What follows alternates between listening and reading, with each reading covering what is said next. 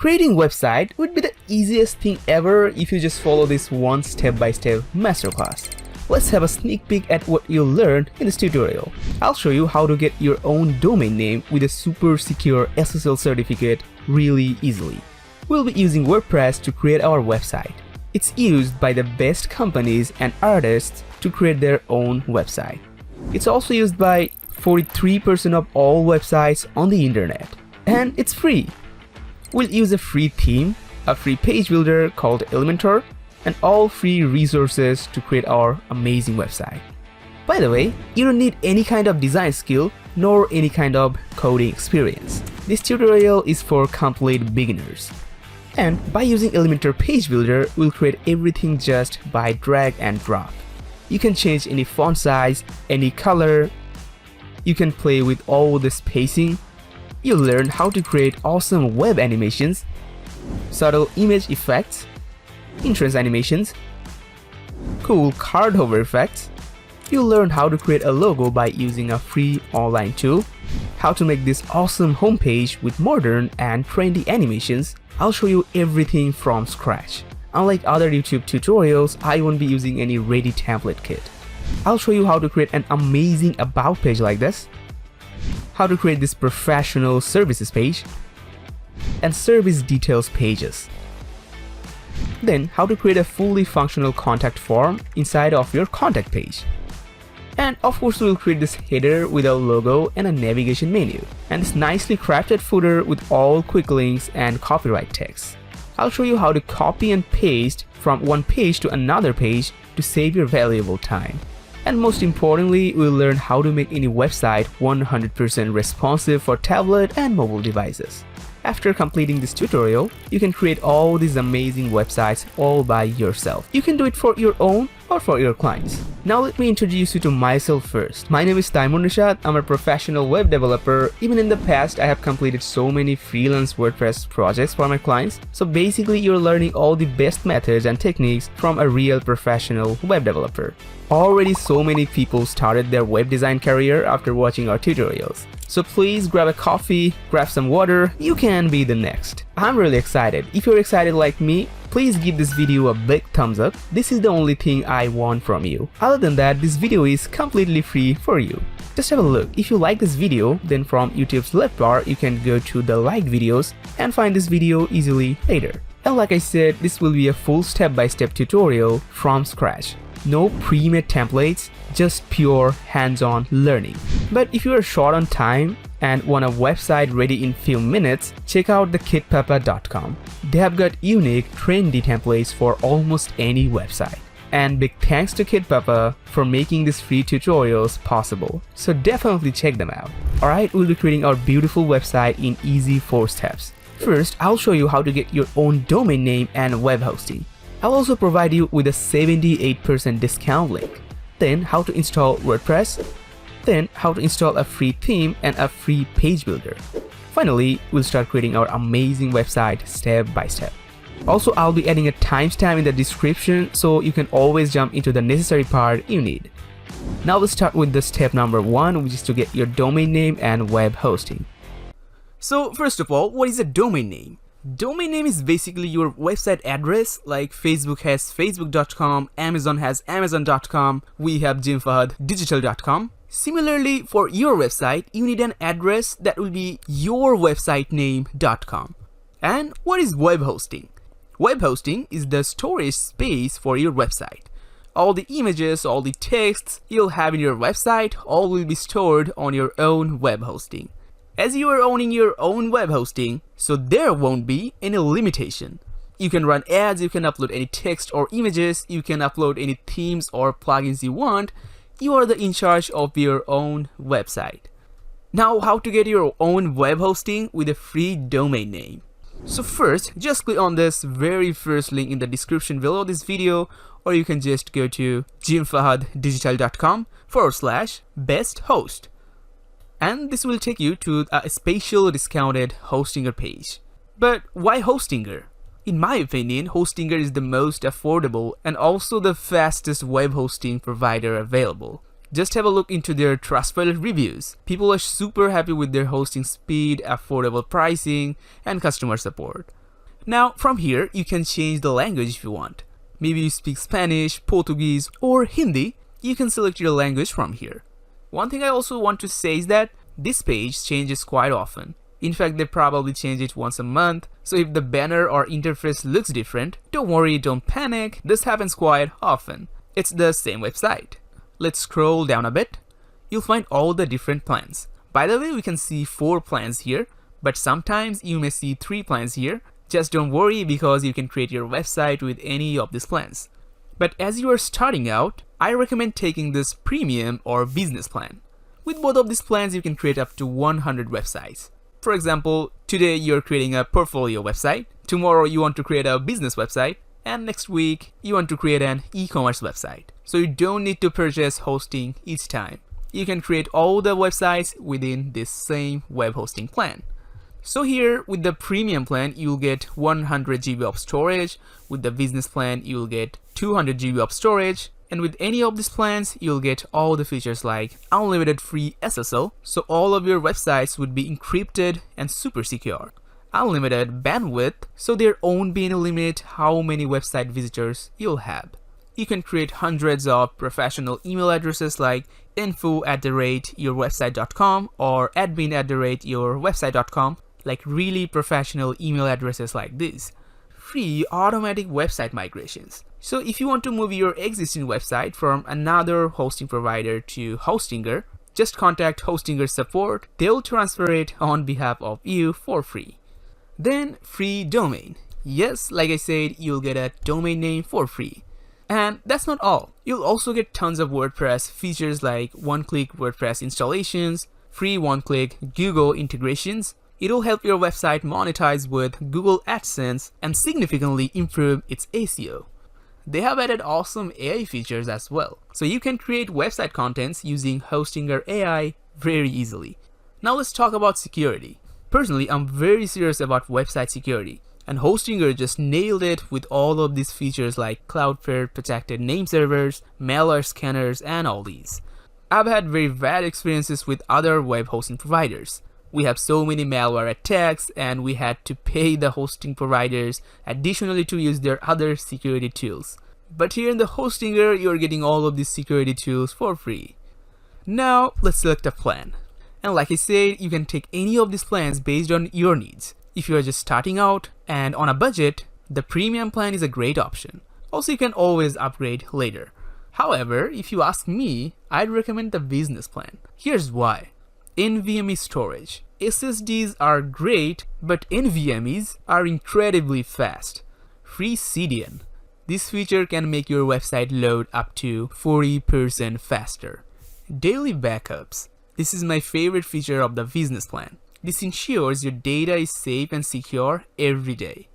Okay, so let's click here on choose plan. Alright, first you can select the hosting period. 48 months, which is 4 years, then 24 months, 12 months, and 1 month. I don't recommend the 1 month plan since it costs around $14 per month, which is way too expensive. Instead, you can go for 12 months, 24 months, or 48 months. If you ask me, the 48-month plan is the best deal. For the first 4 years, you only pay $3.49 per month, saving you over $500. After that 4 years, the renewal rate is just $8.99 per month. Still very affordable for a hosting up to 100 websites.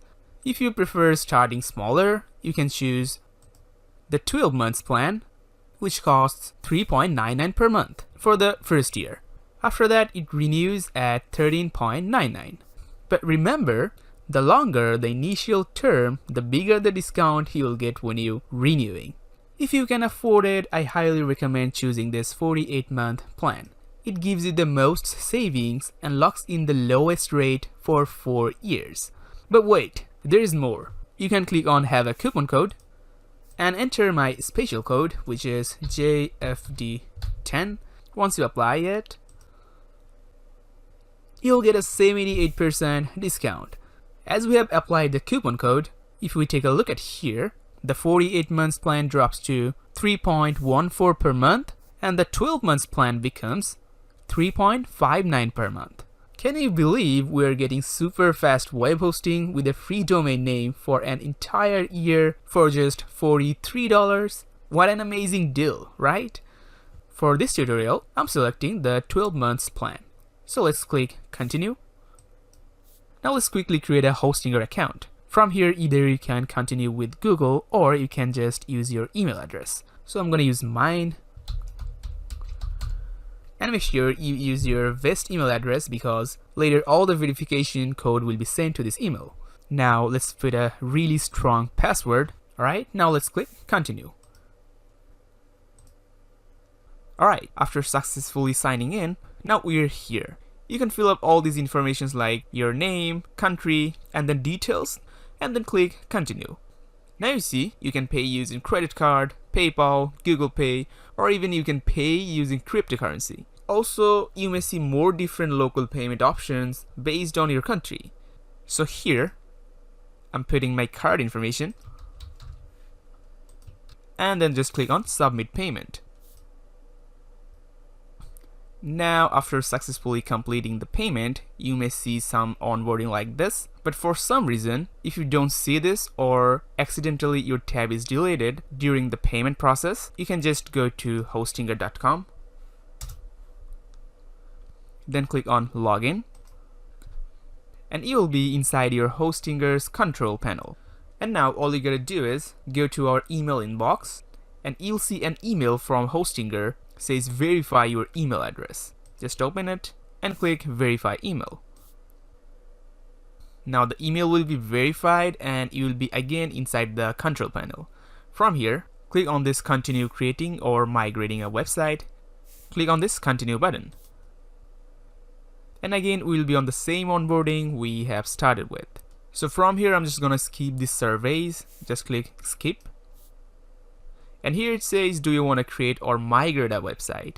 So as we are creating a website, I'm going to check this one. Create a website. Now just click next.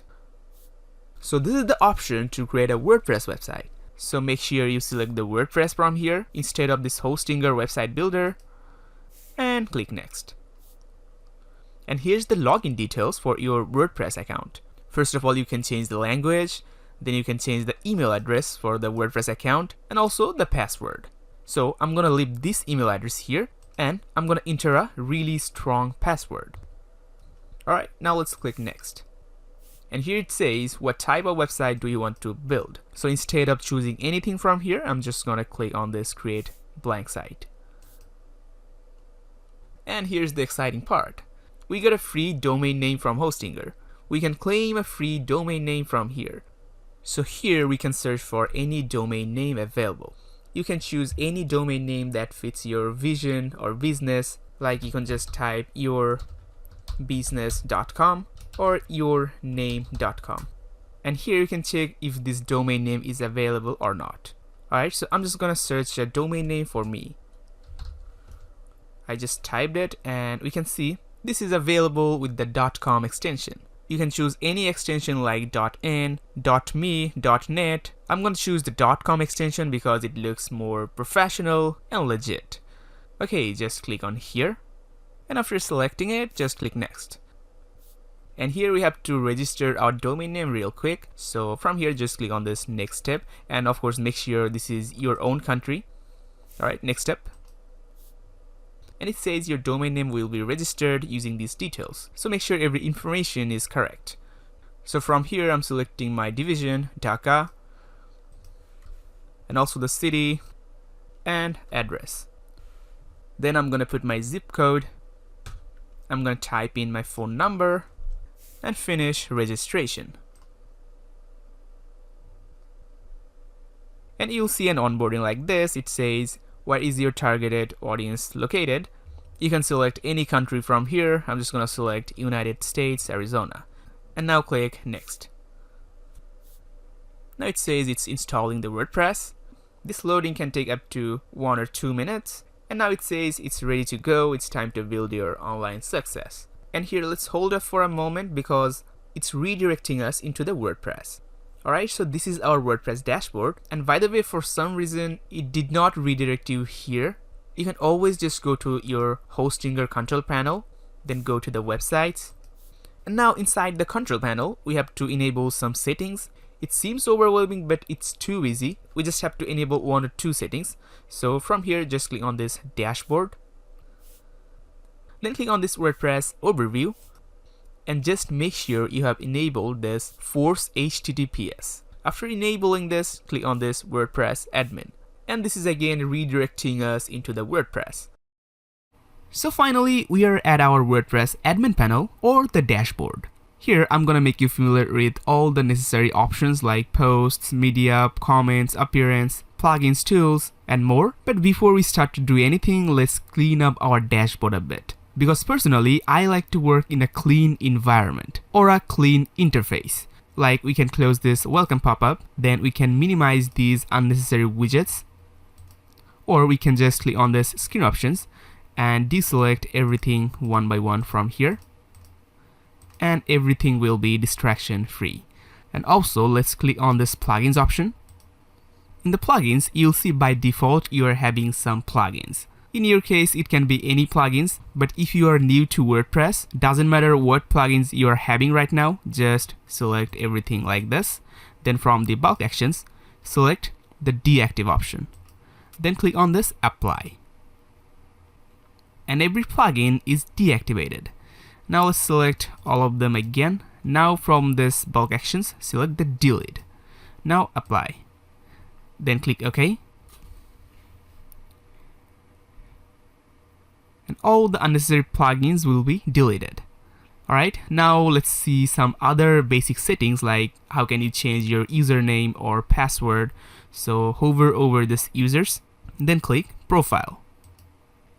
So you can see so many options are here like this admin's color scheme. You can change the whole dashboard color using this, but I'm not gonna use any color template because only we are able to see this admin color. Just pick a comfortable one for yourself, okay? So now let's scroll down and you'll see the language option here. From the language, you can choose any language you want. There's so many options here, alright? But I'm gonna just keep it side default, which is English. Then you get to set your first name, last name. I'm gonna set mine. Then also you can set your nickname. Then this option, which is display name publicly as. So this is a bit important one because you can see there are so many variations. So from here, I'm gonna choose this full name variation because this display name will be shown as an author name on all of your posts you will be creating on your website. So basically you're selecting your author name, okay? So let's scroll down. Then we have this email address, then website address. I'm not gonna mess with these right now. So let's scroll down and you'll see the new password option. Just click on this set new password to pick a password for the login of this dashboard, okay? And right here, this is suggesting a really strong password, but you can just type your own password if you want. So I'm gonna click on this hide and type my own password. After typing, although this is saying medium, but I'm totally okay with it. So I'm gonna scroll down and click on this update profile. Now every changes we have made here will be saved. Okay, now let's go ahead and do some other basic settings. Hover over the settings, go to general. So here you get to set the site title, which is this title right here. So you can just easily change it like this and it will be instantly changed here. And on the tagline, you can actually put some meaningful stuff like anything that describes your website or sells your website, like best clothing website or best booking website. It really depends on your business, okay? After, let's scroll down. Here we have the time zone setting. You can set the time zone according to your location from here, okay? Also, you can set the date format, time format in between. So these settings are necessary if you write blogs for your website. So your blog's published date and time will be really accurate, okay? So let's scroll down and save the changes. Now I'm going to show you a really important settings, which is this permalink settings. Click on this permalinks, and here we can see the permalink structure. We have plain, day and name, month and name. In your case, by default, it can be set to plain or anything from here, but I highly recommend you to choose this post name permalink because I'm going to show you an example. So this is our domain name, right? So imagine on your website you are having a page like an about page, okay? So if I choose this post name permalink, it will be nicely looking like this, your domain name slash a page name or a post name, okay? But instead, if I choose this plain permalink, your address bar will look something like your website name.com slash some bizarre numbers and weird characters. So choosing the post name permalink makes your address bar look really clean and human readable, okay? So make sure you select this and save the changes from here. Alright, so at this point, I'm gonna make you familiar with two basic terms. One is the back end of your website, and one is the front end of your website. Everything you are seeing until now, every option, every content, every settings is part of the back end website. And if you want to see your front end website, you can just hover over the site title, click on this visit site. I'm just gonna open it on a new tab. Let's go to the tab. So this is our front end website, and whole world can see this portion of your website. People cannot see any of these settings, any of these pages we are seeing as an admin, but they can only see the front end website, which is right now looking like this, but we can turn this front end website into anything we like from our dashboard, right? So now I'm going to show you a way to change the look and feel of your front end website. Let's go back to the dashboard and hover over the appearance, then click on this themes. In the themes, we have multiple items like 2025, 2024, 2023. These are all individual themes. And currently, this 2025 theme is activated, which we can see in our front end website. But for example, if I activate this 2024 theme, click activate, then go to our front end website and refresh. Now you see our whole front end website is looking completely different, right? So this is one of the way to change the look and feel of our website. But using only theme to build our website or design our website is not enough. We don't have 100% control over our website design. So instead, we're gonna be using a powerful page builder. And I think you already know what is the most powerful page builder for WordPress. Yes, it is Elementor Page Builder. So to get the Elementor Page Builder's free account, you can just go to jimfahaddigital.com, and I'm gonna put the link of this page in the description. So from here, just scroll down and you'll see this important links. Under here, just click on this Get Elementor Free Version. You'll just land on the official Elementor's website. From here, if you scroll down, you'll see we have different plans for Elementor Pro version. Although we're gonna be using Elementor free version for this tutorial, but let me just give you a quick tour of the Elementor Pro version. So with this essential plan, you get 57 Pro widgets for Elementor Page Builder. But on the Elementor free version, you don't get any of these Pro widgets.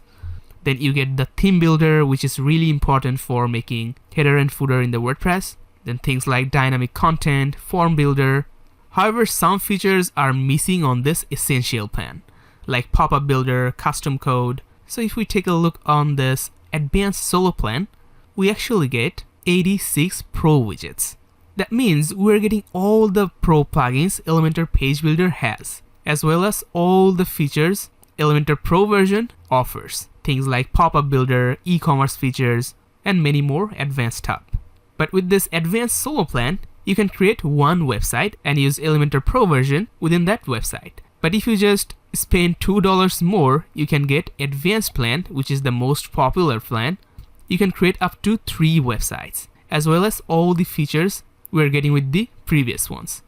But if you want to go to the next level, let's say you are a freelancer or an agency owner, you can actually consider buying this expert plan. With the expert plan, you can create up to 25 websites. Then things like 24/7 premium support and all the features. But if you want to go one step ahead, you can switch to this 1000. So just for $33, you can create up to 1000 websites. If you are a freelancer or agency owner, I think you really know the importance of creating multiple websites, right? So you can go with this one if you are planning something big. But if you are a beginner, I actually recommend you to choose this advanced plan. It has all the features you're gonna be needing for creating a really stunning website. And also this plan actually billed annually. You have to pay just $99 today, and for 1 year, you don't have to pay anything at all. Alright, so if you wanna get it, just click on this buy now. And here you can easily complete the checkout process. Okay, now let's go back and scroll up since we're using the Elementor free version.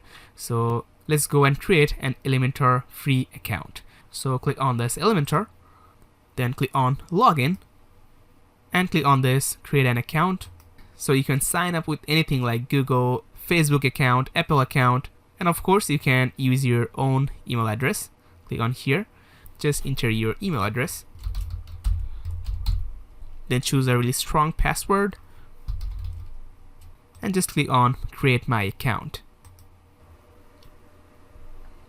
And after successfully signing up, you'll be in the Elementor's dashboard, which means you're logged in. Okay, so for now I'm gonna close this tab and go back to our dashboard.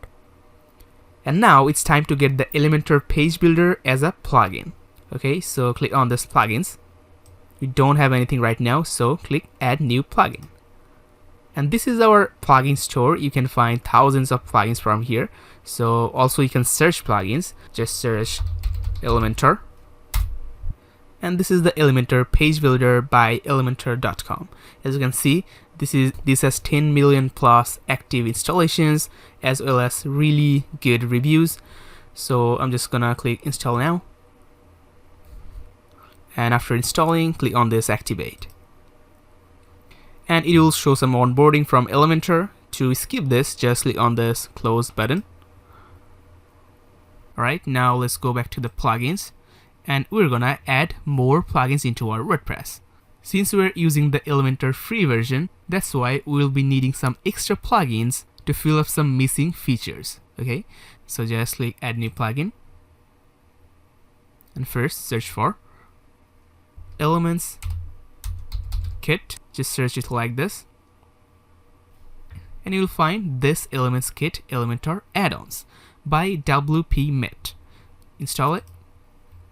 So this plugin will basically add some add-ons or widgets into our Elementor page builder. Okay, then after search Jeg Elementor, and you'll see this Jeg Elementor Kit from Jeg theme. This is also a nice plugin to add some more widgets and add-ons. Okay, install it, and final one will be Met Form. You'll see this, just install it. So this is basically from WP Mate, same as this one, and this adds really amazing widgets to make forms like contact form, many type of forms, you know. Alright, so we have installed all the plugins. Now let's go to the plugins, and now we have to active these new plugins. So I'm gonna select all of them, then from the bulk actions select activate, then apply, and every plugin will be activated. Okay, and after activating the plugins, as you can see on the left side, some new options has been added like this Met Form, then Elementor Template, Elements Kit. We'll go through everything from here. Okay, but first we have to go to our appearance and themes, and we have to add a new theme. So click on this add new theme, and this is our theme store. We can find thousands of themes here. Okay, so from here just search hello Elementor, and you'll find this hello Elementor theme. Just install it and activate this.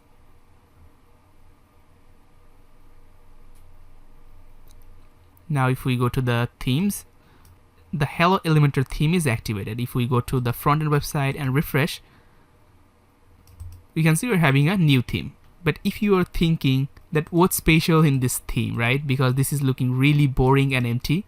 So the thing is, we're not gonna use any theme to design our website. We're using theme because we have to. So I just installed this really lightweight theme that has nothing at all, no unnecessary features or design. And using this lightweight theme and Elementor page builder, we can turn our front-end website into a masterpiece. Okay, so let's go back to the themes, and we can actually delete all of these unnecessary themes. So just click on this theme details and click delete. Click OK. it will be gone. So do the same for the other ones. Delete and delete. Alright, so we are just left with this Hello Elementor theme. Alright, so to change our front-end website the way we want, we have to create pages. So let's go to the pages. In the pages, we can see some default pages here like privacy policy and a sample page. So if we just click on this preview of this page, we can actually see the page in here. This is a really basic page with some text and paragraphs. Now let's go back. Also, we can click on this edit to edit content on this page. In here, if we just close this pop-up, so you see, here we can change any heading, any text really manually, okay? Then after we finish, we can just publish it and it will be just updated, okay? So now let's go back, click on this WordPress icon. So in here, I don't need these pages for our website now. So I'm just gonna select all of them from the bulk action, click on this move to trash and apply. Alright, now I'm gonna add a new page. So click on add new page. And here, I'm gonna add a title for our page, home, okay? After just adding the title, I'm gonna publish it. So this is a really empty page, nothing is there right now, okay? But if we go to the front-end website and refresh, we still don't see any home page we have just created, right? But we should have seen the home page as a default page of our website. So if someone just go to our domain name, for example, I open it on a private tab and go to the domain name, it should first land on our home page, right? But instead, this is showing a random post. So let's just click close. So we can change that. Go back to the dashboard, and to make our home page default, scroll down in here. Under the settings, go to the reading. And under this, your home page displays, instead of your latest posts, which is this, a random post, just select a static page. And under the home page, select the home we have just created. Okay, now scroll down and save the changes. And now if we just go to our front-end website and refresh, we can see instead of any random post, we can see our empty home page. Okay, I know it's still nothing exciting, but trust me, we'll turn our home page into a stunning website. Okay, so let's go back to our dashboard, then go to the pages and open our home page, because we have to edit the home page to make it look really good. So from here, click on this edit with Elementor. And editing your page with Elementor only gives you the superpower. So from here, let's close this notification. So finally, we're in the Elementor page builder where the real fun begins. So I'm gonna make you familiar with all the basic things here. So first, on the right side, if you notice, this is having exactly same content as our front-end website, right? It is having a simple heading and a simple footer. And on this middle box, we can add widgets from the left side to make new elements for our website, and everything will be shown on our front-end website, okay? So let's take a look on the left side here. So here we can see some things like heading, image, text editor, video, button. All of these are Elementor's element or Elementor widget. And if you scroll down a little bit more, you'll find this Pro drop-down. In the Pro, you'll see all the advanced plugins like carousel, gallery, price table, then many e-commerce features. So basically all the advanced stuff, but these are locked right now because we're only using the Elementor free version. To use this one, we gotta get the Elementor Pro, okay? So as we are not having the Pro version, we gotta stick to these basic widgets and some of the widgets from the plugins we have downloaded separately, okay? So here, let's try something basic. Like we can add this container widget in here. So this adds a basic box. You can control the width of this box. You can control the height of this box. And if you want, you can actually color this whole box. You just gotta go to this Style tab. And under this background type, click Classic. And on the color, click here. And from this color picker, you can pick any color you want. You can use the sliders and knobs to just pick any color, or you can just type any color code if you want.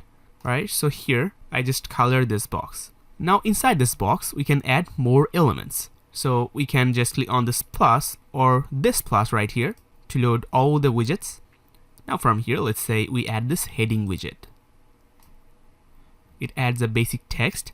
You can triple click here on the text to change the text, or you can just change it right from here. Like this. And to really style this text, we gotta go to the Style tab. And here we got some settings like alignment. Using this, we can make the text left, right, or center. Okay, then we got this typography. If you click on this pencil, you can edit the typography of this text. Like you can change the font family, font size, weight, everything. So on the font family, you'll find so many amazing font styles. Like from here, if you select this one, it will be changed instantly like this. And also you can search for the fonts. One of my favorite font is Poppins. I'm searching it and selecting it. You see, it just changed the font family. Okay, and also we can adjust the size of this whole text using this size slider like this. And also we can put any specific number like 60 pixel. Then with this weight, we can control the font's weight. We can make it thin, we can make it really thick. Lower number will make it thinner, higher number will make it bolder. Okay. Also we have this transform. We can make this text to fully uppercase or fully lowercase or capitalized, anything we like. Then with the style, we can make the text italic or normal. Then with the decoration, we can get an underline, overline, or line through. Then with the line height, we can resize the text line like this. Then with this letter spacing, we can literally add space between each of the letters. Similarly with the word spacing, we can add space between each of the words. Cool, right? Alright, so I'm just gonna delete all the values to make it all default. Okay, now click on this pencil again to close this typography. Then we have this text color. Using this, you can just change the text color to any color you want. Like here, I'm changing it to dark orange type of color. Okay, now let's add more elements in here. Click on the plus. Let's say I add this text editor. So the text editor widget is also a text widget, but this is usually used to have paragraph or bigger text like this. Okay, so you can change the text right from here. And of course, we can go to the Style tab to style the paragraph, like make the alignment center, make the text color to anything you like. Then also the typography is the same as the other text widgets. You can change anything from here. Now let's add other type of element. So click here, scroll down. Let's say we add this button here. So it adds a basic button, says click here. You can just change the text right from here like this. Also, you can add any link on this button. For example, you add linkedin.com/your profile. So if anyone clicks on this button, it'll just take them to your profile link. Okay, you can put any link like google.com, kitpapa.com. Okay, and also you can style the button in the Style tab. We can make the position center to make the button on the center. Also, we got the typography for the button as well. We can change the font family, we can change the size of the font, and we can see by default this button is having an underline, so we can make the text decoration to none to get rid of the underline. Okay, now let's close it. Then we have this text color for the inner text of this button. We can change it to any color like this. Then this color is the background color of this button, which is right now the green. So you can easily change it to maybe the orange color. Alright, and also you can just match the text color with the background color. Like for the orange color, the white text will look the best. Okay, just like this. Alright, so now we know how to add basic elements like these. Now let's quickly see how we lay out the things in the page. Like let's start from the really basic, adding some space between elements or widgets. So let's click on this text. We can go to the Advanced tab and we can use this margin or padding in order to add spaces around the element. Like if we just unlink this margin, we can individually give any value on the each side, like top, right, bottom, or left. For instance, I add some value on this bottom, like 100, and you see on the bottom of this element, it's just adding 100 pixel space. Similarly, we can add space on any side, like on the top, I add 50 pixel, it will add a 50 pixel gap on the top. So this way you can just handle gaps and spaces between the elements. And now I'm gonna make you familiar with a really important concept in the website design, which is flexbox concept. So if we take a look at this structure pop-up, we can see some list of widgets here. First, we have this container, which is this whole box, this blue box. Then under that, we have this heading, which is this one.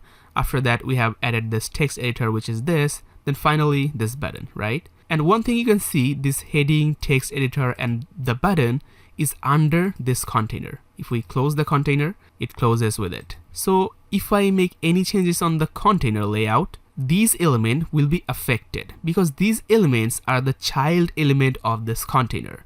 And this container is the parent element of these child elements. So let's say I select the container, then go to the layout.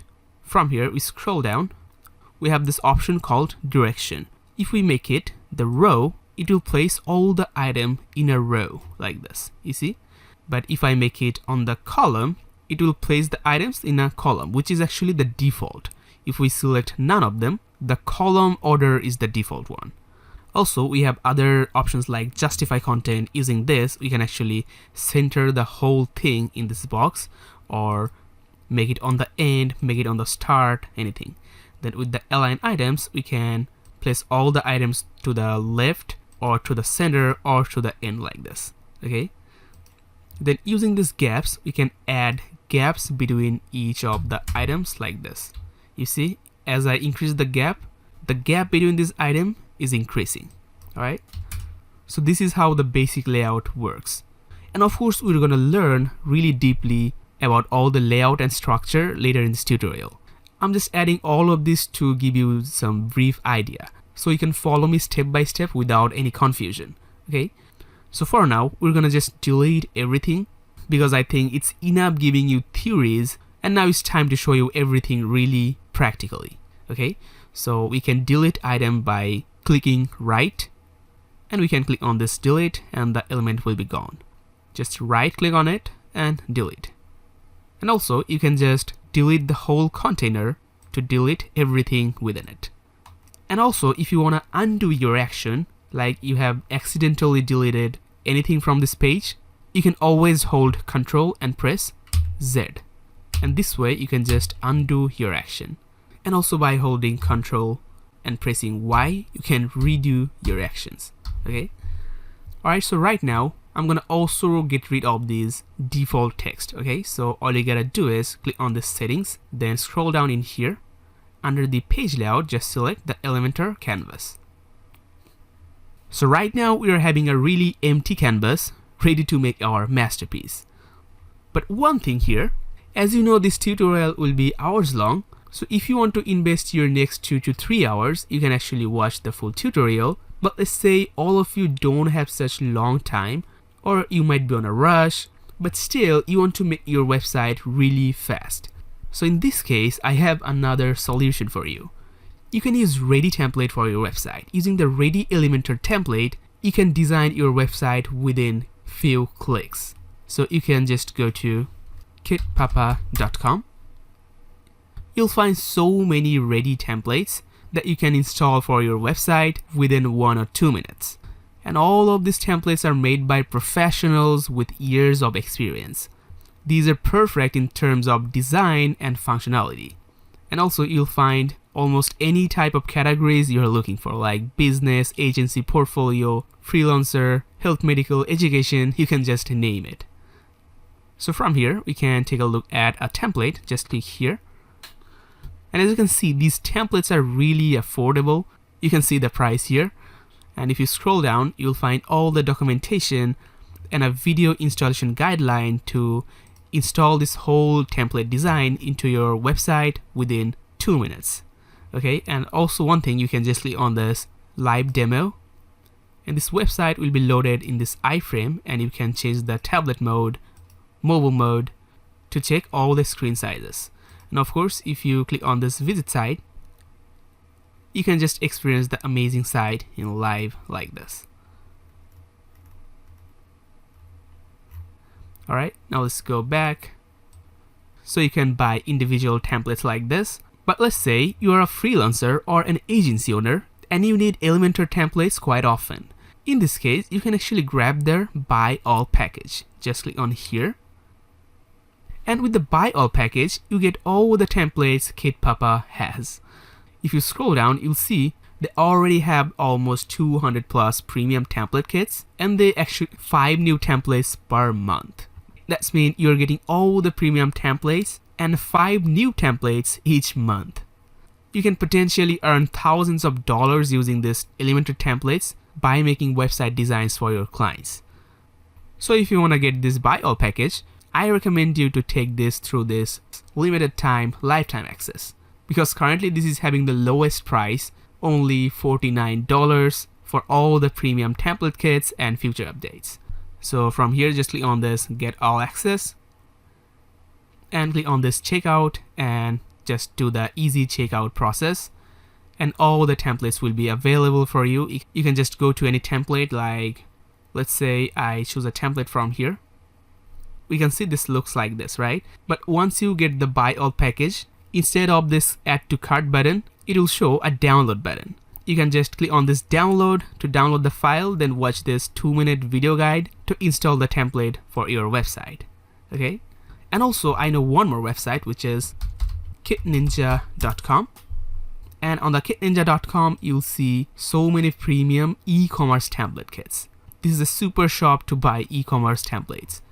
All of these templates are world-class and really unique looking.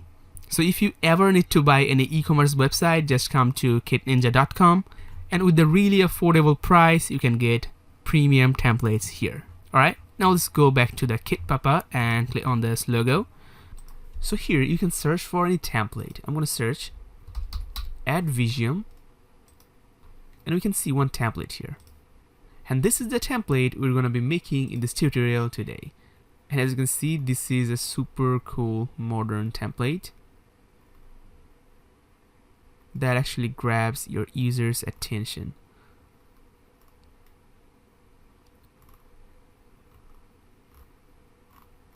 Alright, so you can just buy this one right now. This is only $19.99. But if you still want to make it step by step with me, then let's go back to our tutorial. Alright, so in here, let's publish our Elementor. Click on this publish, and now if we just go to our front-end website and refresh, we'll see a fully empty page, because in here we don't have anything, so this page is fully empty. Alright, now we'll start with our banner section, creating our banner section, because the banner section will be really easy to follow. Okay, so first let's take a container inside, and I'm just gonna rename this one banner section. So renaming any container or element doesn't do any functionally, but it's just to keep everything organized. Okay, so now let's work on this banner section container. So first keep the content width boxed, then make the width 1200 pixel. After that, make the mean height 400 pixels, so this container will gain this height. Now let's scroll down, make the direction to row, then make the justify content space between. I'm going to tell you why I'm making this space between. Okay, after that, make the align items center, and you already know what this align items center does. It will just center everything in the container vertically. Okay, now let's make these gaps 0, because I don't want any default gaps on this container. Now let's scroll up, go to the style tab. So what I'm going to do is I'm going to add a really nice texture on this container. So here on this container, we're going to add a background color and a nice texture. So I'm going to show you how to do that. So on this background, first we're going to select the classic color. So first on the background, we have option to choose classic and others like gradient, video, slideshow. So from here, I'm going to choose this gradient. And with the gradient color, we can actually select multiple color. Like we have this first color. I'm going to show you example. So if I just choose any color from here, you see it adds multicolor. On the top it's blue, and on the bottom it's red, right? But on the first color, I'm gonna make it fully transparent, and to make a color transparent, just drag the second slider all the way to the left, and it will be transparent and will be just white color. Okay, now this red color's power is more here, so Now let's edit the second color. Click here. So I'm just gonna type a color code here, CFA9FF. So it'll have a purple type of color, but I'm gonna make it semi-transparent color. So to make that semi-transparent, we can just drag this slider and control it like this, okay? I'm not gonna do it like this, like randomly. I'm gonna type code for that. So if you have noticed, if I just drag this slider, this last 2 digit is been changing, right? So I can just delete this last 2 characters and just type 66. So it will be like this, really specific color, okay? And make sure the location of this is 0 and location of the second one is 100%. Now scroll down, you'll see this angle. With the angle, we can actually change the color angle, as you can see right here, right? So I'm going to type a specific value, 270. It'll be like this. So we have done the color here, background color. Now it's time to add a nice texture. So scroll down, open this background overlay. So with the background overlay, we can add background colors and also images. So I'm gonna click on here, choose image. So it will open a media library, but we currently don't have any images in here, so we have to upload our images. By the way, if you want to get all the images I'm gonna be using in this tutorial, you can just go to the JFD website, scroll down, just click on this download the resources I have used in the tutorial, and you will get this file in the Google Drive. Just simply download it. And after extracting the file, you'll get this Advisium assets. So we'll see all the images we're going to be using here. So we can just select all of them except for this first folder SVG. Just hold Ctrl and deselect this one. And now let's go to Elementor. And we can just drag and drop every images in our media. And all the images will be uploaded. Okay. Now from here, I'm going to select an image. Just scroll down, you'll find these white images. So click on this one. You can follow the file name. This is called background texture.png. Okay, just select this. Now this image is loaded inside this container as a background. So I'm not sure if you can see this. There is a really soft texture on this container, but let's scroll down and we have this opacity. With this opacity, we can actually increase the intensity of that background texture. You can see. So just make it 1, which is the highest number, and we can nicely see this texture now. Okay. Now let's scroll up and go to the advanced. Make the margin 0. We don't want any default margin in here. Then let's unlink the padding, and after unlinking, we can add values separately. So on the top, 152, on the right, 20, on the bottom, 116, on the left, 20 pixel. So now we're having a nice spacing inside this container. So here I think I can explain you the margin and padding better. So you see I have just added 152 padding on the top, so 152 spacing has been added inside this box. But let's say I unlink the margin and add some value like 100 pixel on the top, and you can see on the top there is some space outside of this container. Okay, so this is the difference between margin and the padding.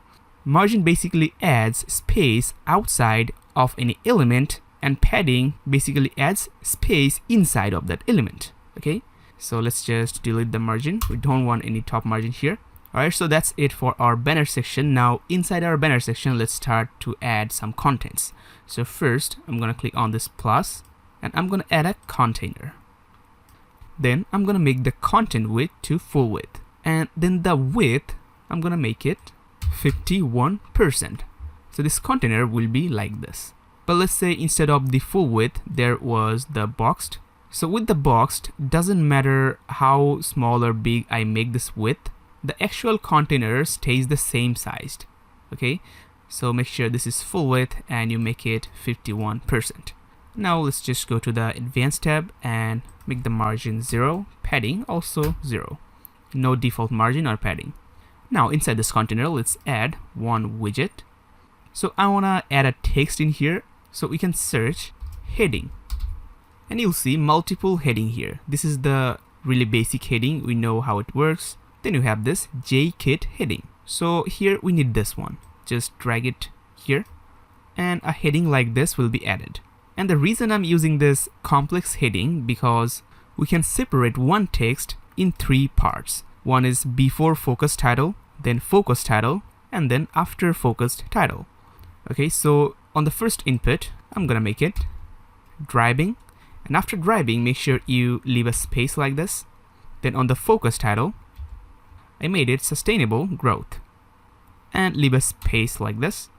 And on the after focus title, I make it like this. Okay, now we can see the text on the first one and the text on the last one is having normal thickness on the text, but the text on the focus title is having bold text like this. Okay, so we can customly control this focus title however we want. Okay, alright, so after that, here we have this focus title display. Instead of this inline block, let's just make it inline. We can see the difference right now, but we'll be able to see it later. Okay, and also one thing, I want to remove this separator on this text. I don't want any graphics like this, so we can just scroll down, open the separator option, disable this show separator, and it will be gone. Okay, now let's go to the style tab to really style this text. So first here, make the alignment to left, then open the title. So with the title, we are just controlling this text and this text. Okay, not this yet. So first on the typography, let's select a font family which is called Urbanist. Select this, it will be like this. This is a really cool looking font. Now the font size, let's make it 68 pixel. Now scroll down and make the line height first, select the EM. But if you're wondering why I'm selecting the EM instead of the pixel, so this EM is basically a different value unit. Okay, for example, if it was the pixel, if I type 5 pixel, it would be like this, but if I select the EM and type 5 EM, it will be like this. Okay, so basically EM requires low number to add really high value. So I'm gonna type 1.2. Now let's use this letter spacing. So with the letter spacing, we can add space between letters, right? But if we just drag it on the left side, you can see it's decreasing the space between the letters, right? So we can just type here minus 0.2, and this text will be a little bit compact, looking great. Now let's close this typography and scroll down, open this focus title. So this focus title is for styling this focus text. So in here, select the typography, and first the font family will be the same, nothing different. Urbanist, make the size also same, 68. But on the font weight, I'm gonna make it 800, which is extra bold. Okay, and also on the style, I'm gonna select the italic, and the text will be italic. Now on the line height, everything will be the same, like 1.2, and also letter spacing minus 0.2 pixel. Alright, so this is the style for our text. So basically using some third-party heading widget, we can make really cool text like this. Okay, by the way, this text is looking like this in the building mode, but if I just close this panel, it will have its original shape, because in the building mode we're in the smaller screen, as you can see, but we can fix it later. Okay, when we're doing the responsive like tablet mode and mobile mode. Alright, now after this heading, I want to add a text editor. So click on the plus, scroll down, add this text editor, change the text. I'm just gonna paste my text instead of typing all this text, and then let's go to the style. And first let's edit the text color. Type a color code 5A64. You'll have this color. Now on the typography, click here. So for the smaller text, I'm gonna select a font family which is called DM Sans. This is a really nice font, and on the size, make it 20 pixel. Then keep the weight 400. Scroll down, make the line height 32. Okay, this is looking great. This is looking good. Now close the typography, scroll up, go to the advanced. Make the margin unlink first. On the top 16, it adds the space on the top, and on the bottom 32.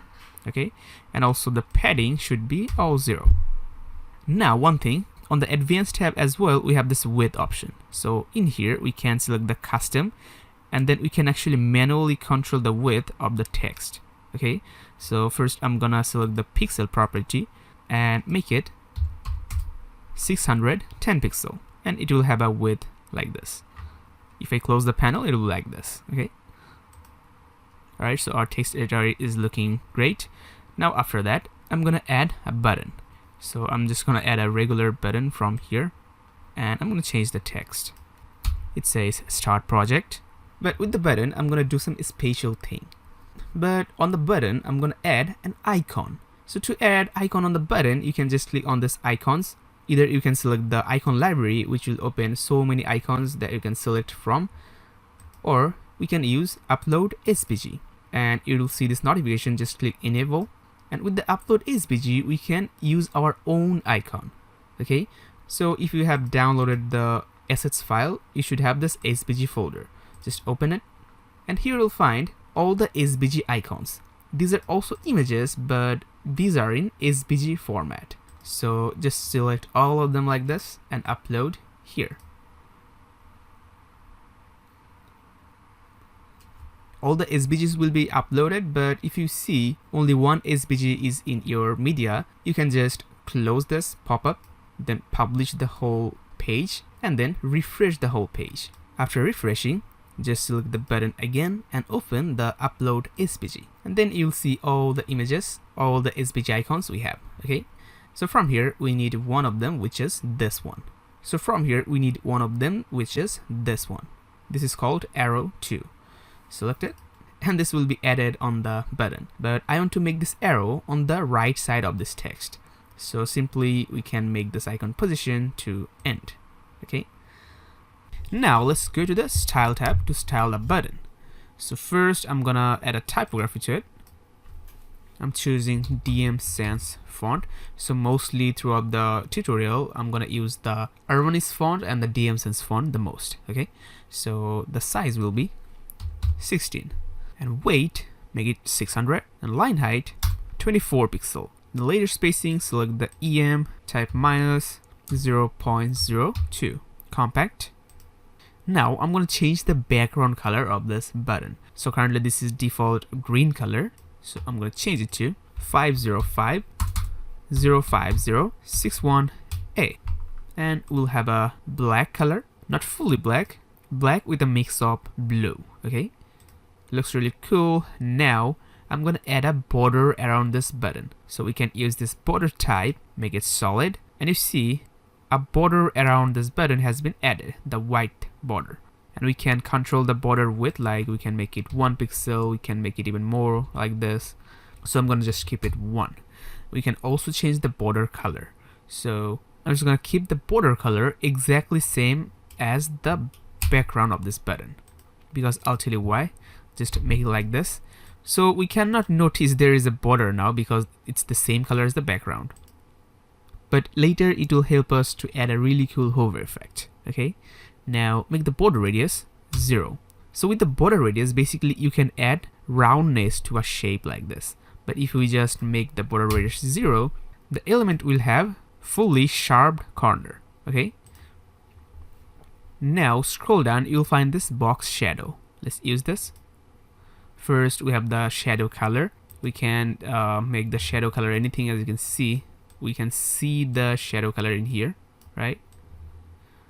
So what I'm gonna do is first switch to hexa color, because the hexa color is more simple. Okay, and type FEDE65.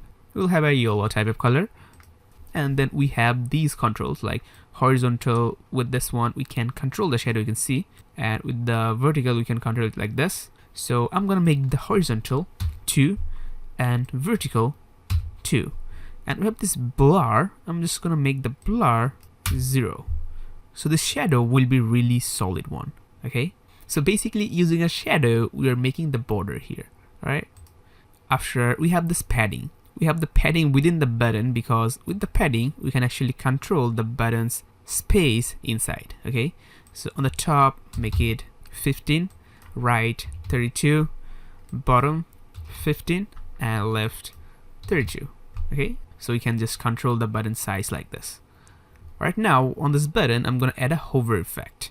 So scroll up if you switch to the hover, you can actually add any settings. Like for example, I make this text color red like this. Now if I just hover over this button, the color is becoming red. Similarly, if I make the background color something like white and hover over on it, it will be white. Okay, so on the hover, I'm gonna make the text color 05061A, and the background color, make it fully white like this. Okay, and on the hover, it will be looking like this.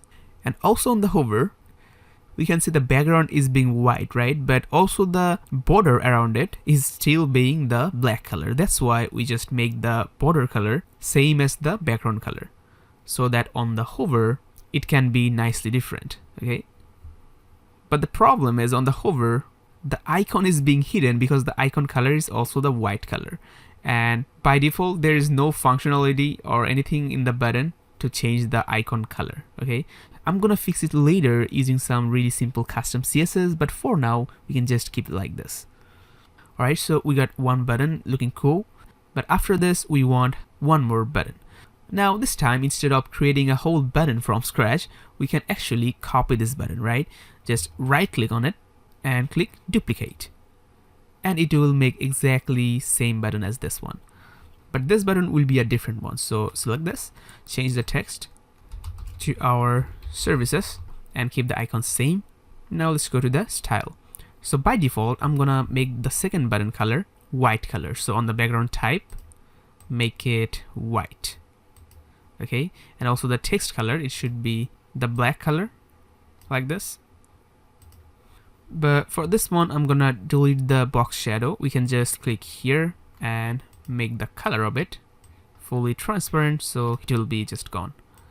Okay, and also on the hover effect, instead of like this, I'm gonna make the text color to white and the background color dark color, which is our this code 05061A. So on the hover, we get like this. And hey, one thing, let's go back to the contents here and change the icon. So instead of this icon, choose this one, this black one, and it will be by default like this. Although on the hover it's being hidden, we'll just fix it later. And one thing here, I want this button to be here, not right after this button. So we can do it really simply. Let's click on this plus icon and add a container after this text. Okay, make sure this container is right after this text like this, and I can just rename this container shortly cont, because this is already under a container. It doesn't matter, but I'm just making it for better organization. Okay, so now we have to place these two buttons inside this container. Okay, so we can just simply do it by dragging this button like this, and it will be inside that container, and also drag this button inside that container. Okay, like this. Then select the container, and if we just make the direction to row, it will be placed in a row. Okay, that's simple. And one thing also, if we just unlink the gaps, there won't be any gap between this. So just on the column, we can add like 16 pixel gap to make it like this, but we don't want any gap on the row. Okay, and one thing, scroll up, go to the advanced, make the margin 0 and padding 0. Everything is compact. Alright, so overall this part is looking like this. Really good so far. Now let's work on the right side of this container. Alright, so for the right side, we're going to take a new container, because inside the banner section we have our first container, which is controlling all the left part. Now right after this container, let's add one more. We can add it like this.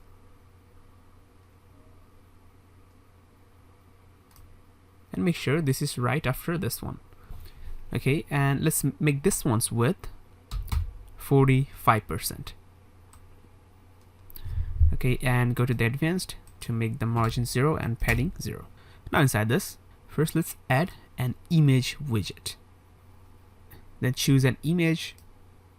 So from the media, if you scroll down, you'll find this image. Select. And we don't have to do any styling on this image because this is looking perfect. Now after this, let's add more images. we can add it right after that image. Change the image, scroll down, you'll find this bulb image. Select. So first it'll be here, but I want to move this image freely. So first go to the advanced, scroll down, you'll find the position. If you make it absolute, then this image will be a free image. We can just drag it and take it anywhere in this page, okay? But we won't do it like this, we'll do it really precisely. So scroll down.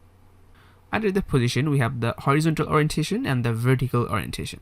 First, make the horizontal orientation left and the offset 14 pixel. Then make the vertical to top and offset 135 pixel. And this image will be placed here. Okay, so it will be looking like this. Looking great. Now after this, let's add one more. So here we can just add it. But sometimes you see we kind of struggle to add the image in the right place. So we can use different method. Just select the image and go to the widgets. And if you just click on this image instead of dragging, it'll just add the new image right after that image. Okay. So now select the image. And this time select this one. It's called screen 1. And first it will be here like this, but we can position this nicely. So go to the advanced, make the position to absolute, then this image will be a free sol. Then we can just position it horizontal to left, offset 115, vertical to top, offset 0, and it will be placed here. And if we close it, it will be looking like this. Nice. Now here what I want is, I want to add some animation on these images. I want these images to float here nicely, not just sit here statically, okay? So for that, I'm gonna use a really simple custom CSS. So if we were using the Elementor Pro version, we could just use the custom CSS from anywhere, like just open the custom CSS and you can add the code here. But in the Elementor free version, we cannot do it. But as we are using the Elementor free version, I'm going to show you a trick to add custom CSS. So just click on plus, and on the search widget, search HTML. You'll see this widget, scroll down and add it here in this box. And this HTML widget will come up with a container. I'm just going to rename this custom code, okay? Now let's go to the HTML, and on this field, we can add our custom code. But don't worry, I'm not going to teach you some complex coding here. So we're going to go to the JFT website.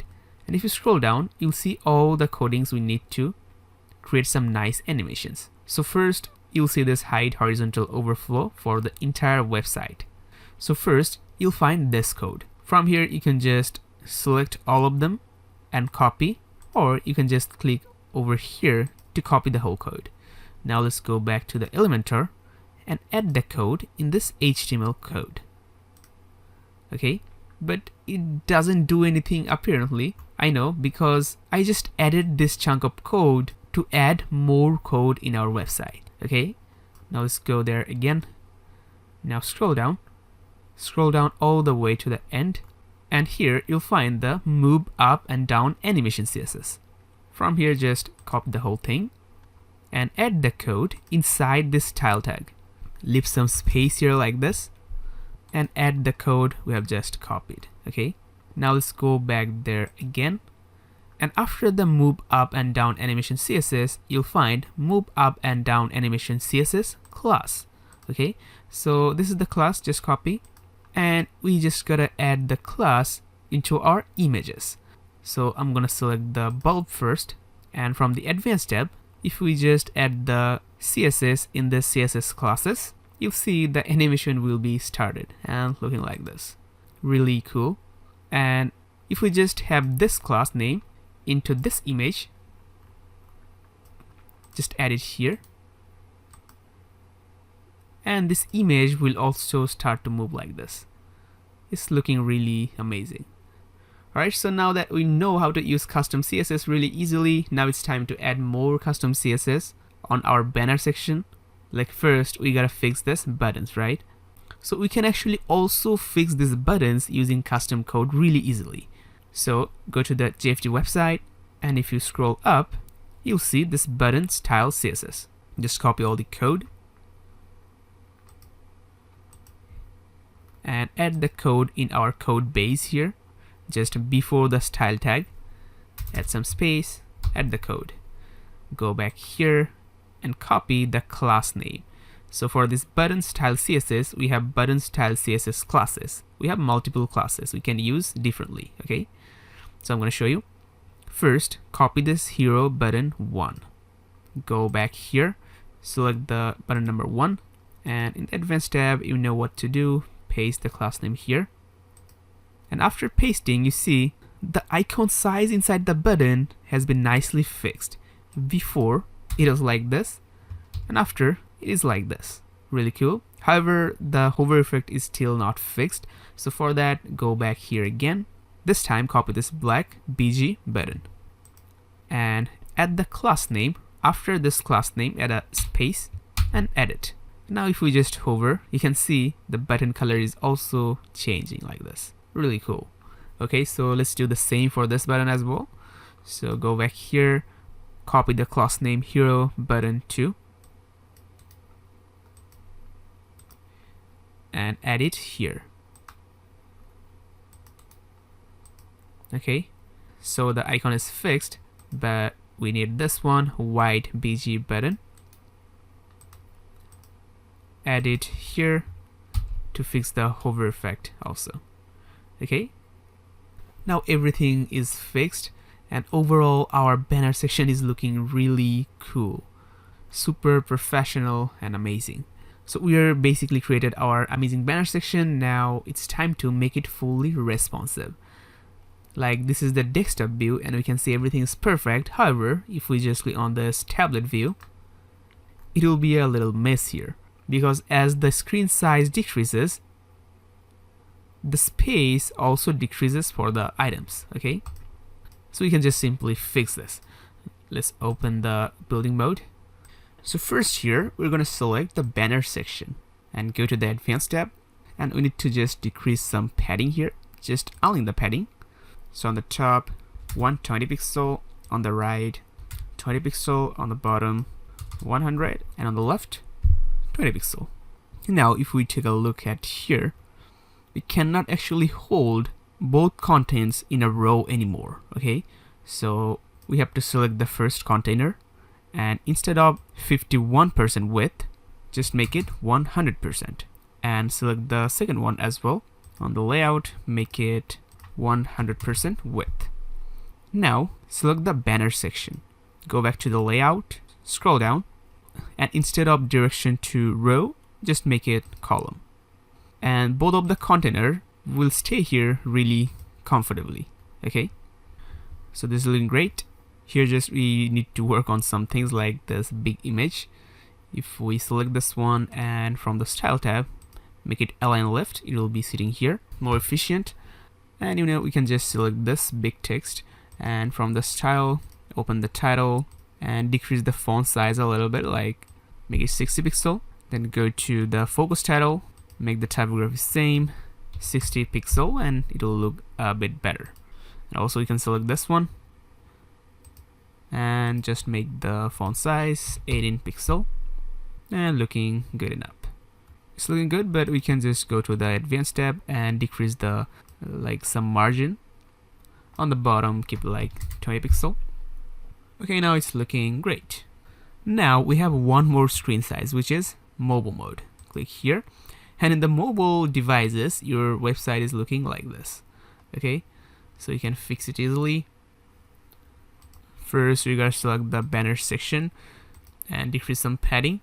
So unlink, on the top keep it the same, 120, right 20, bottom keep it 80 pixel and 20. Okay, now select this one, make the typography of this like 50 pixel, also this one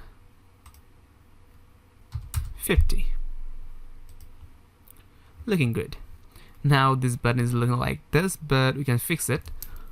We just have to make the button a bit smaller to fit the both button in a row. So select the first one, go to the style and we can decrease the padding. First 10, 14, 10 and 14 pixel, and select this one, do the same, padding 10, 14, 10 and 14. Okay, so this is again on the row. Okay, now we can see these images are looking really bad, like it's appearing over the main image. So we can just select this one, we can go to style tab and decrease the width a bit. We can make like 70% width here, and let's go to the advanced, and using this horizontal orientation we can replace these images, like find a good spot to place it. We can do it like really manually. Make the horizontal offset 15 and vertical offset 55, looking great. And as for this one, we can also decrease the size, go to style, select the pixel here, can make it 120 pixel, looking like this. Now let's place it nicely, control the horizontal like this, and it should be looking good. Okay, make the offset of horizontal 17 and it's perfect. So basically we're done with our banner section. It's looking great and it's fully responsive, so overall great. Now let's move ahead to our next section, that will be our client section, and this section will be a really cool one. So after the banner section, we can just simply add a container here, and I'm just gonna drag this container right after this banner section and rename this one client section. Alright, so on the client section, first let's make the width 1200 and make the direction to column, scroll down, make the gaps 0. Now let's go to the style tab because I want to color this whole container. So on the background type, let's put a color code, type FED-E65. We'll have a yellow color. Alright, now go to the advanced, make the margin 0, allowing the padding on the top 16 pixel, on the bottom 10 pixel. Alright, now inside this, let's add a widget that is called search image, and you'll see this image carousel. Add it here. So with the image carousel, you can basically slide some images. I'll show you. So here, click on this add image, and from our media, we can actually select multiple images like this, and it will be selected here. Then click on this, create a new gallery, and all will be added into a gallery. Now just click insert gallery, and now everything will be within the image carousel, and it'll have a sliding option like this. Okay, we can just slide by dragging it or just clicking on this bullet points. Now let's set up this nicely. So scroll down, close this pop-up. So first thing, make this image resolution to full and make the slide to show 6. So it'll just show 6 items at once. Okay, now on the slides to show, make it 1. So per one slide, 1 item will be slided like this. After that, under the navigation, make it none, because we don't want any bullet points or any control. We just want pure images, which is sliding. And also I want to make this carousel sliding automatically. So if we just scroll down, open this additional options, we'll see this autoplay option, which is right now turned on. So keep it turned on, but let's play with the autoplay speed and animation speed. So autoplay speed, let's make it 5. So the animation will perform more frequently. And on the animation speed, make it 2000 to really make the animation smooth. And it also has the pause on interaction, like if I just interact with it, it will pause the animation, you know, right? So basically this is like fully done. We don't have to do any styling at all. Just keep the vertical alignment to center, okay, to make sure this is on the center. So it's done really easily and looking really cool in our homepage, right? And all you gotta do is to make it fully responsive. So in the tablet mode, this is looking like this, but let's go to the content, and on the slide to show, make it 4. So it will force to show 4 items at once. Then on the mobile mode, this is showing 1, but we want 2 items per slide. Okay, perfect. Alright, so we're done with our cool section, client section. Now let's add our next section, which is our about section. Really important one. So let's publish this. And we can just go to our front-end website for once and check how everything is looking. So refresh. And here our home page is looking like this so far. Looking great. Alright, now let's go back. And here, before we start to create our About section, I want to do a really important and useful settings, which is global settings. With the global settings, you can significantly speed up your work process in the Elementor. And it's really easy. Just click on the site settings. And we have so many options, but we need to work on few of them. So first go to the global colors. So in the global colors, you can see some default color like primary, secondary, text, and accent. So let's set up our own color according to our design. So on the primary, I'm gonna make the color 05061A. We'll have a black color, and we'll get the black color we use often, right? Then on the second color, I'm gonna have a purple color. So CFA 9FF. We have this. Then on the text, make it 5A 64. Okay, a dark gray type of color. Then on the accent, let's add a yellow color, FFD E65. Okay, this color. Alright, so after adding the colors, we can click Save Changes. Okay, now let's go back, clicking here. Now let's go to the global fonts. So in the global font as well, we have primary, secondary, text, and accent, right? So mostly in our website, we're gonna be using two fonts. One is Urbanist and second is DM Sans. So on the primary, I'm gonna make it DM Sans. Just click on it and edit the text. Let me make the M like this. And let's click on this typography. So for the DM Sans, obviously we need the DM Sans font. And make the weight default, okay? Just keep everything default except the font family.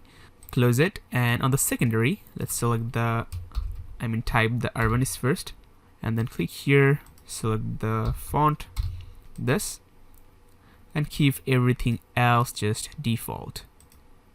Okay, and now let's save the changes.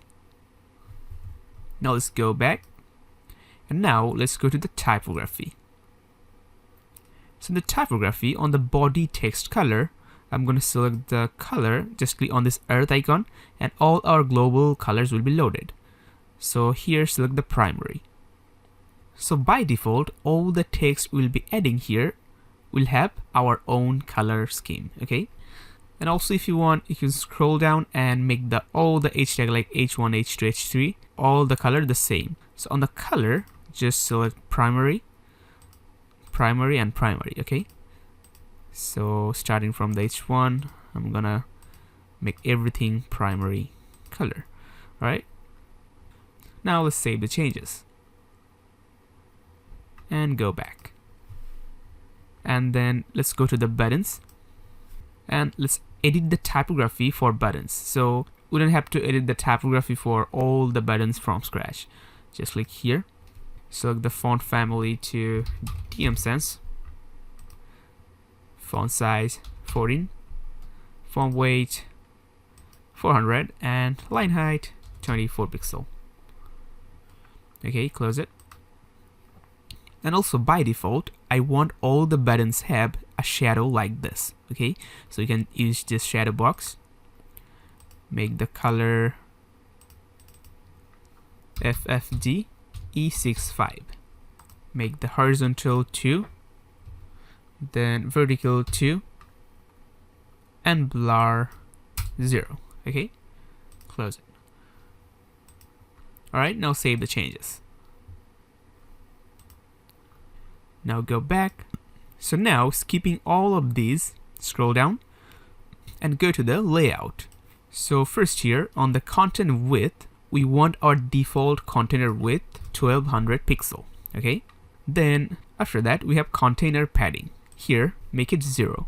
So by default all the container won't have any default extra padding. Okay, then also on the gaps, we always have to make the container gap 0 manually, right? So if I just make it 0 here, I never have to make the gaps 0 manually. Okay, Alright, so just save the changes. And we are basically done. So you can just close the site settings. Click here. Okay, so it's done, and you'll see so many changes and speed up in the process after doing the global settings. Okay, now let's add one more container here and rename this one about section. And we can drag down this custom code to separate this. Okay, so on the about section, we can see the width is still 1100, but it's supposed to be 1200 after doing the global settings. So we have to just refresh our whole page. Alright, so after refreshing, we can see on the width we have, so this is now a global width. Alright, now make the direction to column, and if you scroll down, I just wanted to make the gap 0, but this is already 0. Alright, now let's go to the style tab because I want to color this whole section to a dark color. So from the background type, select classic. From the color, we don't have to type the color anymore, just select the primary color. Okay, this will be the dark color.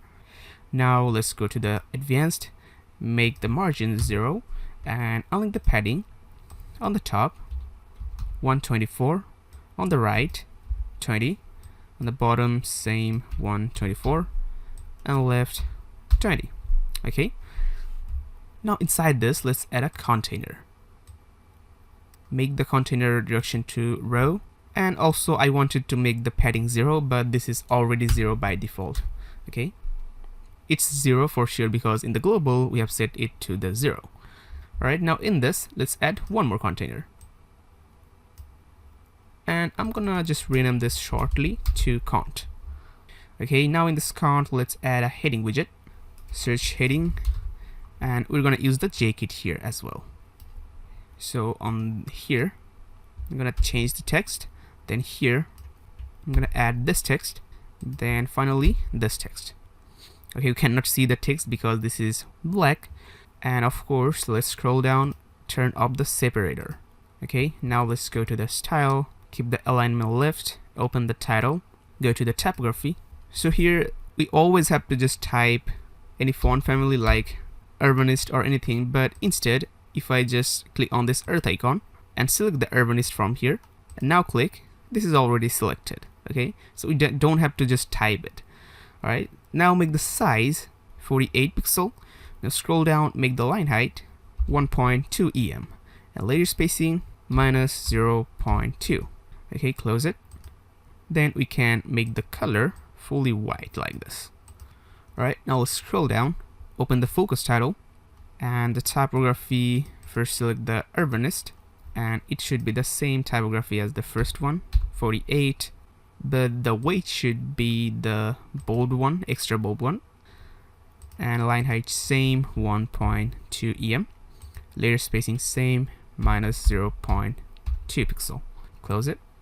And yes, one thing in the style, we gotta make it italic. Okay, now scroll up, go to the advanced, on the padding top 20 and bottom 15.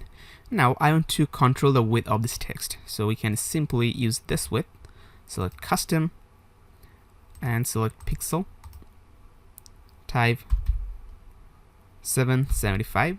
It will be just looking like this, but we have missed one thing, looks like. So go back to the content, and on the focused title display, make it inline, and it will be like this. Okay, much better. Now after this, I wanna add a button, so instead of creating from scratch, we can just grab one of our buttons from here, just copy this, paste it here, and let's change the text. It says more about us. Okay, and for this one I want to add a shadow, so let's go to the style, scroll down, make the box shadow, click on the color. Unfortunately, we cannot store any global color for the shadow color. Okay, so we gotta type it, so FEDE65. Okay, so we get this nice shadow, and this is looking like this, but if I just hover over it, you see it really needs a border too. So we can just go to the hover and make the border color here we can just make it our accent color. So now this is looking like this, much better. Perfect. Alright, now after this button, I'm gonna add an image. You can add it here, then choose the image. From here, you'll find this one. This is called star.svg. So it'll be here, but we'll just custom position this. So first go to the style, make the width of it 180 pixel. Now let's go to the advanced. Scroll down, make the position absolute, and horizontal to right, it'll be here. Horizontal offset to 120 pixel. Vertical to top, vertical offset 23. It will be placed here, but if we just close the panel, it'll be nicely here, okay? Alright, so after the whole thing, after this whole container that is holding all of these, let's add a new widget. Click here, and I'm gonna use the grid widget for the first time here. And oops, looks like I mistakenly added the grid inside the container. So you can just really simply drag it up like this. It'll be here, but drag it down again after the container, okay? So basically with the grid, we can make grids super easily. This is similar to container, but you see the settings are a little bit different here. So first on the column, make it 2. We want 2 column here like this. Then on the gaps, align the gap on the column 60, on the row 95 pixel. So you see the gap is looking like this. Now scroll up, go to the advanced, align the margin on the top 80. Okay, now inside this, we're gonna start to add contents. So click on this plus and add a container. And I'm gonna rename this container to card because we're gonna have this card container on the multiple grids, okay? Okay, so inside the card now, let's add a widget that is called progress bar. You'll find this JKit progress bar, add it here. And it'll load a progress bar that just show a bar with percentage, okay? So let's select the progress bar widget, and we can actually set up so many things here, like we can set up the percentage, we can make it 48%, we can make it 100%, and it'll just show a nice animation to the 100% like this, okay? So first I'm gonna change the title here to client satisfaction, and percentage I'm gonna make it 95. Okay, so client satisfaction can't be 100%, right? So we have this animation duration. Let's make it a little bit fast, 1500, like this. Now let's go to the style to really make it look good. So first thing here on the background type, select classic, and the color, make the color fully transparent. Okay, now scroll down, and with this height we can actually control the track of this progress bar. I'm just gonna make it really thin, like 4 pixel. Now scroll down, make the margin here 20 pixel, okay, like this. Now open the track. On the track's background color, I'm gonna make it accent, okay, looking good. Now scroll down, open the title, which is setting for this title. Make the color fully white. Make the title, typography.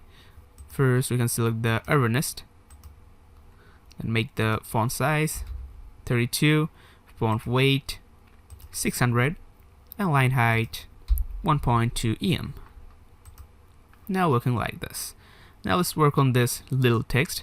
So open the percent, make it fully white. Then the typography, make it urbanist.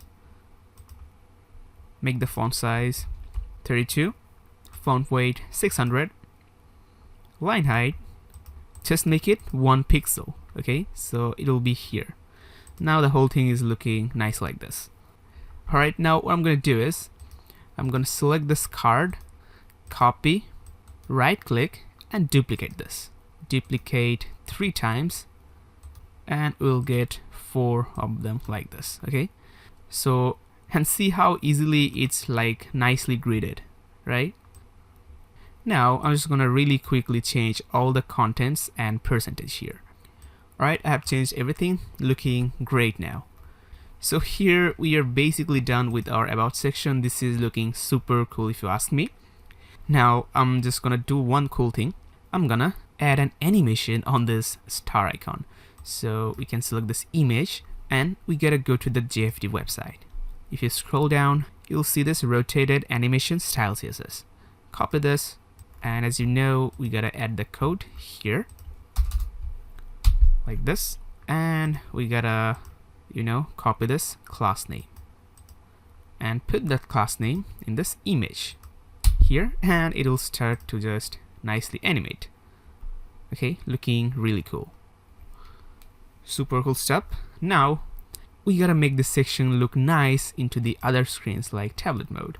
So on the tablet first we gotta do some basic settings, like on the about section, decrease the padding on the top 100, right 20, bottom 100, and left 20. Okay, now let's select the text, decrease the font size a bit, make it like 42. Now also the focus title 42. Alright, now we can select this one, this rotating star, and we can make it a little small, like 140 pixel, and we can adjust the position a bit, like just make it 40 over here. Okay, looking good. Also here we can just select the grid and make the columns just 1, and it will be instantly fixed. And also you can decrease the gap between the items, like on the row make it 60, on the column maybe 40. It doesn't matter right now. Okay, now scroll up, make the top margin 60. Now everything is looking perfect in the tablet. Alright, now let's see how it's looking in the mobile. So on the mobile we gotta select the about section, decrease the padding 80, 20, 80, and 20. Then select this one, decrease the font size to 38 pixel. Also this 38, looking good enough. And also we can select the star, make it a little bit smaller, and like this, and we can just adjust the position manually like this, looking great. And this button is already looking good, but we can just work on these right here, looking really ugly. So select the progress bar and go to the style, scroll down, open the title, make the typography 20 pixel, open the percent, make the typography 20 as well. This is looking perfect. Now we can just copy this progress bar, and instead of doing the same on every one of them, we can just copy this one and right click here, paste the style, and it will be same styled. Okay, just right click and paste the style. Now we can also select the grid to decrease the gaps between this. So unlink row should be 30 pixel. Right now it's perfect, right? And hey, one thing I actually wanted to add is one text over here. So for that I just want a simple heading widget here and change the text to about us, go to the style, make the typo to DM sans 16 pixel, 500, and 24 pixel, and also the layer spacing minus 0.2, and keep the text color primary. And now I'm gonna add a background color on this heading. So to do that, go to the advanced, scroll down, and you'll find the background color here. And from here, I'm just gonna select our secondary. And I know this is looking so bad, so to fix that, scroll up, go to the layout, make the margin 0, align the padding on the top 4, then 16, 4, and 16. Now the final thing, make this align self to start, and it will be perfect like this. Alright, so this is a little pre-title that looks really good. Alright, so we're basically done with our about section. Now let's publish. Okay, the next section we're going to be creating is our services section. So let's check a container here, and we should just close this about section and rename this one services section. Also, we can drag it up here. Right, so first make it the direction column and go to the advanced tab. On the padding, 124, 20, 124 and 20 pixel. Then in this section as well, I want this pre-title, so I'm just gonna copy it and paste it here, and also change the text to services, but this time I'm gonna place it on the center. So you can go to the advanced and make the align center. Okay, and also as this background color is white, it would be better if I make the background color of this a little bit more lighter. So scroll down in the background here, so leave the color code like this, but at the end type 52. It'll be like this. Nice. Now after this, let's add a heading widget, jkit heading, change the text and turn off the separator, and let's edit the typography, make it 48, 400, 1.2 em, minus 0.2 layer spacing. Scroll down, this should be the same. Select the urbanist, font size 48, weight 700 this time, style italic, then line height 1.2 em and minus 0.2 layer spacing. And oops, also I think in the title I forgot to add the font family. Alright, and also one thing, go to the general, make the alignment center, because I want to place it on a center. Also, let's go to the advanced, unlike the margin on the bottom, make it minus 20 pixel. Making the minus 20 pixel, it will just cut some space from the bottom. Okay, and also let's make the width, oops, to custom and make it 775. And to center it properly, let's make it align itself to center. And hey, one thing also on the content, we always should make it inline. Alright, looking great. Alright, our heading part is done. Now after this, let's add a grid widget. And here let's set up the grid. First make it column 2, 3, rows 2, and gaps 30 pixel. Now scroll up, go to advanced. On the top, 40 pixel on the margin, on the bottom 40 as well. And now inside this, let's add a container. Rename this to card. So let's work on the card. First, I want to add a texture on this card. So you can go to the style tab and add an image. So on the background type, classic, and choose the image. So from here, we scroll down. You'll find this image. This is called BG Texture 2. Select it. And it'll load an texture. I'm not sure if you can see this, but let's go ahead and go to the border.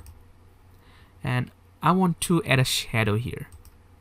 So on the shadow, switch to hexa, just type 6 ones, 111, 111, then at the end, 0F.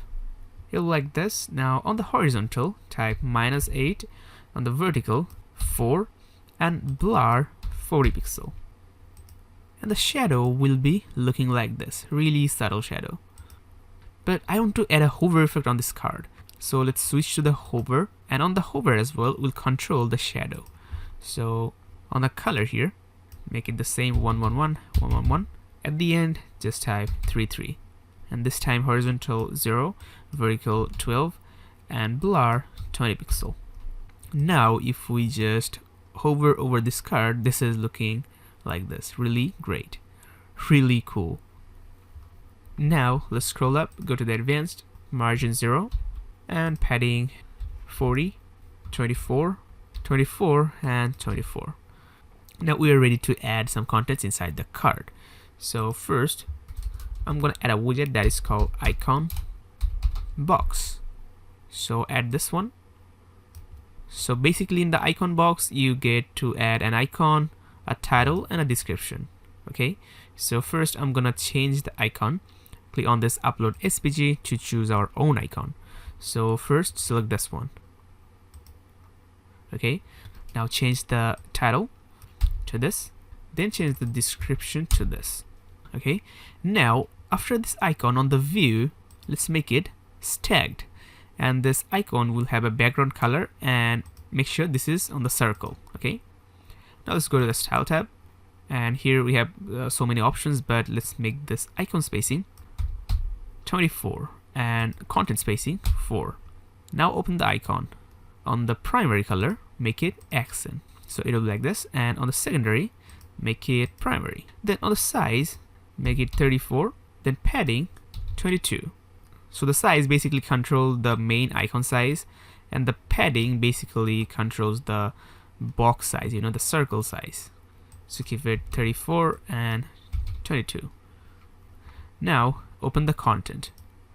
So on the title, make it urbanist, and font size 24, font weight 600, line height 32, letter spacing minus 0.3. Now for the description, select DM Sense, font size 16, font weight 400, and line height 28 pixel. Looking really nice overall. Now after the icon box, let's add an image. Change the image. So here you'll find this image.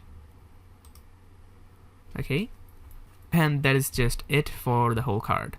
And on this image, go to the advanced. On the margin top, we can just add 20 pixel margin. Okay, so basically that is it for the single card. Alright, so now I'm gonna do one thing. I'm gonna add a soft animation on this icon. So to do it easily, just go to the DFD website and scroll down, and you'll find this pulse animation CSS. Copy it, add it here, go back and get this class icon-pulse animation. And now just add it on the icon box. Okay, and you see it started a nice animation. Okay, right now I'm just gonna duplicate the cards to make it multiple. So just select the card and start duplicating. Here we need 6 of the cards, 5 and 6. Okay, now I'm just gonna change all the contents and icons. So I'm gonna be back in a moment. Alright, I have changed all the text and images. Now it's looking great. Alright, now after this, I'm just gonna add a simple button. So you can get the button right from here because we need the black one. So right after the grid, we can add the button. It'll be here, but just make the style to center. Okay, and of course change the text. First change the text, and by the way, we'll just link all of this button later, right? Once we create all of our pages, then by clicking on this button, it will take you to that services page. Okay, and also one thing, let's go to the style, make it align center. Alright, our amazing services section is ready. And hey, one thing, I'd like to just select this and add some margin on the bottom, like 20 pixel, and it's looking better. Now it's time to make it fully responsive. So first on the tablet, everything looks good, but still I can select this one, go to the style, and make it 40 pixel. Also this one. Alright. Okay, so now here, let's select the grid, and instead of 3, we can just make it 2. So it'll be placed 2 like this. Okay, 2 columns, now looking perfect. And hey, I forgot to decrease the padding on the service section, so here we just make it 100 on the top and 20, 100 and 20. Okay, now let's go to the mobile mode. So first here, decrease the padding again, 80, 20, 80 and 20. Okay, now let's select this text, and we can make it 32 and 32. So it will be like this. And and the rest of the thing is perfect because this is automatically looking great. No work here. So let's publish and go ahead to our next section. So after the services section, let's add a portfolio section. So scroll down, drag a container, rename this portfolio section. And we can just drag it up like this. Okay, first make the direction to column. And I'm gonna make this section dark as well. So from the style, I can make the background color our primary. So from here, make the margin 0 and make the padding 124, 20, 124, and 20. Then add a container inside. Now let's make the container to row. And now in this container, I'm gonna add a pre-title and a title. So we already have those in here. So basically I want exactly the same thing. Just select this. By holding Ctrl, we can select multiple items like this. So from here, right click, copy, right click, and paste here. Okay, got the same thing. And hey, I don't actually want this direction row on this container. Okay, so this is good. Now let's change this text to portfolio and this text to this and this one to this. And on the last input, I'm going to select the text and delete. I don't need that. And let's go to the advanced tab and actually remove this custom width. We can just make it default and it'll be like this. Okay, now after the heading and all, after this container, we can add our grid. Okay, so on the grid this time, make the columns 2 and make the row 1 and unlink the gaps, column 56, row 40, and then go to the advanced, margin bottom 48. Now inside this, let's add a container, but I'm gonna rename this container to column. Okay, now inside this column, let's add one more container, and this container will be a card. Okay, so first on this card, let's add an image widget. Change the image to, if you scroll down, you'll find this image. Okay, after the image, let's add a heading widget. And make sure this is right after the image. Change to this. Then go to the style, make the alignment left, and typography, select DM Sans, select the Urbanist, and font size 32, font weight 600, line height 40 pixel, layer spacing -0.38. Close it and make the color fully white. Now go to the advanced, on the margin 20 on the top, 12 on the bottom, and on the padding keep it 0. Alright, now after this, let's add a text widget. Text editor, add it here, change the text to this, go to style, make the color AD. And I'll tell you, this gray color will be really common. So what I can do is we can click on this plus to create a new global color. So you can just rename this gray and click create. And now inside the global icons, oops, not this, inside the global color, we see this gray. Okay. Alright, and the typography, you can select DM Sans, make the font size 18 pixel, line height 28, and it should be good. Alright, so this is the simple card here. Now I'm just gonna duplicate the card, and the card will be here. So what I'm gonna do is select the first card, on the advanced, on the margin bottom, just leave 40 pixel gap. Okay. Now let's change the image of the second card. So scroll down. I'm gonna choose this one. So basically this image is the long one and this is the short one. Okay. And change the text to this, and text editor to this. Alright, now the left bar is complete. I'm gonna about to duplicate this whole column. Right click, duplicate. The column will be here. Now just change the image. I'm gonna select this one, change the text, and change the paragraph. Also change the image of this.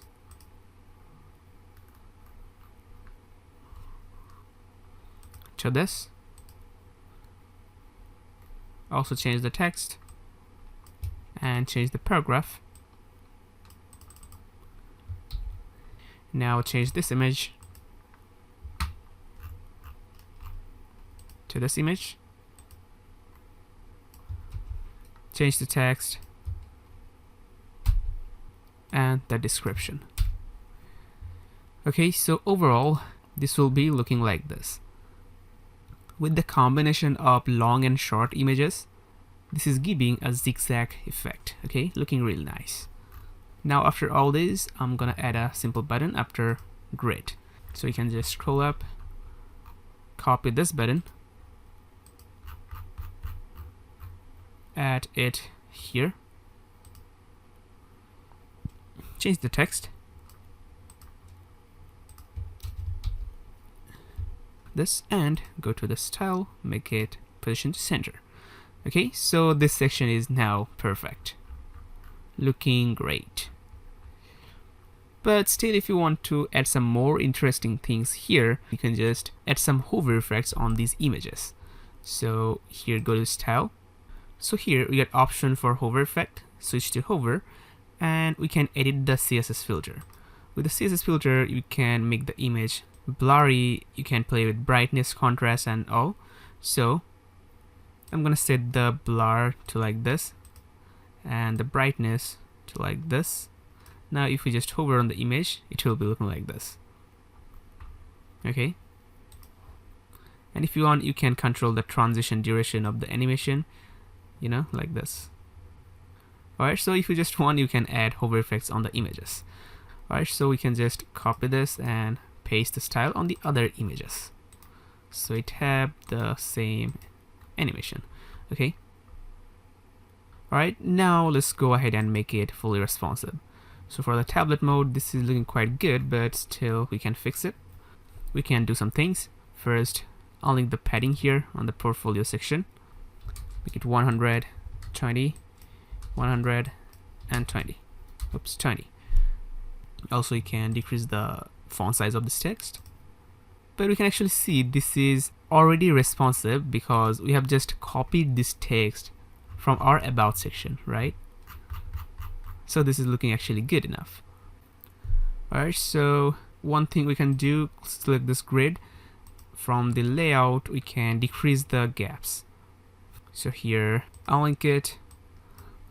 On the column, let's make it 40, and on the row, let me see.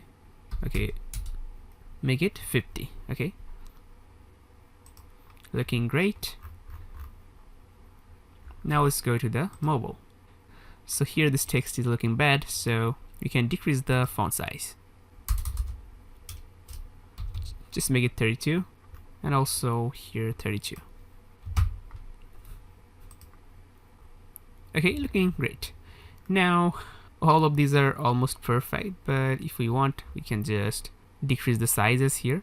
Like this one, we can make it 24, and line height 28 is looking good. And also you can select this and make the typography 16 pixel, and line height 24, looking great. So you can just select these text, copy, paste the style, paste the style like this, and also this one, copy and paste the style. Alright, so it's perfect now. So this section is fully done, as looking really amazing. You can see, super amazing section. So publish this, and now go ahead and create our last section in the home page. and this one will be our reviews section.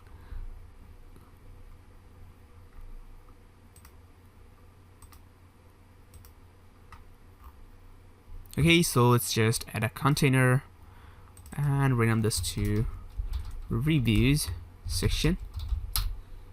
Drag it up.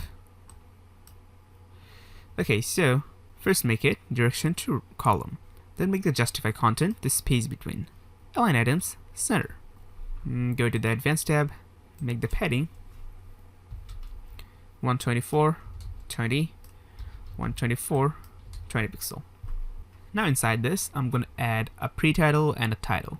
So scroll up, we'll just copy these ones. Select this and this. Copy and paste it here.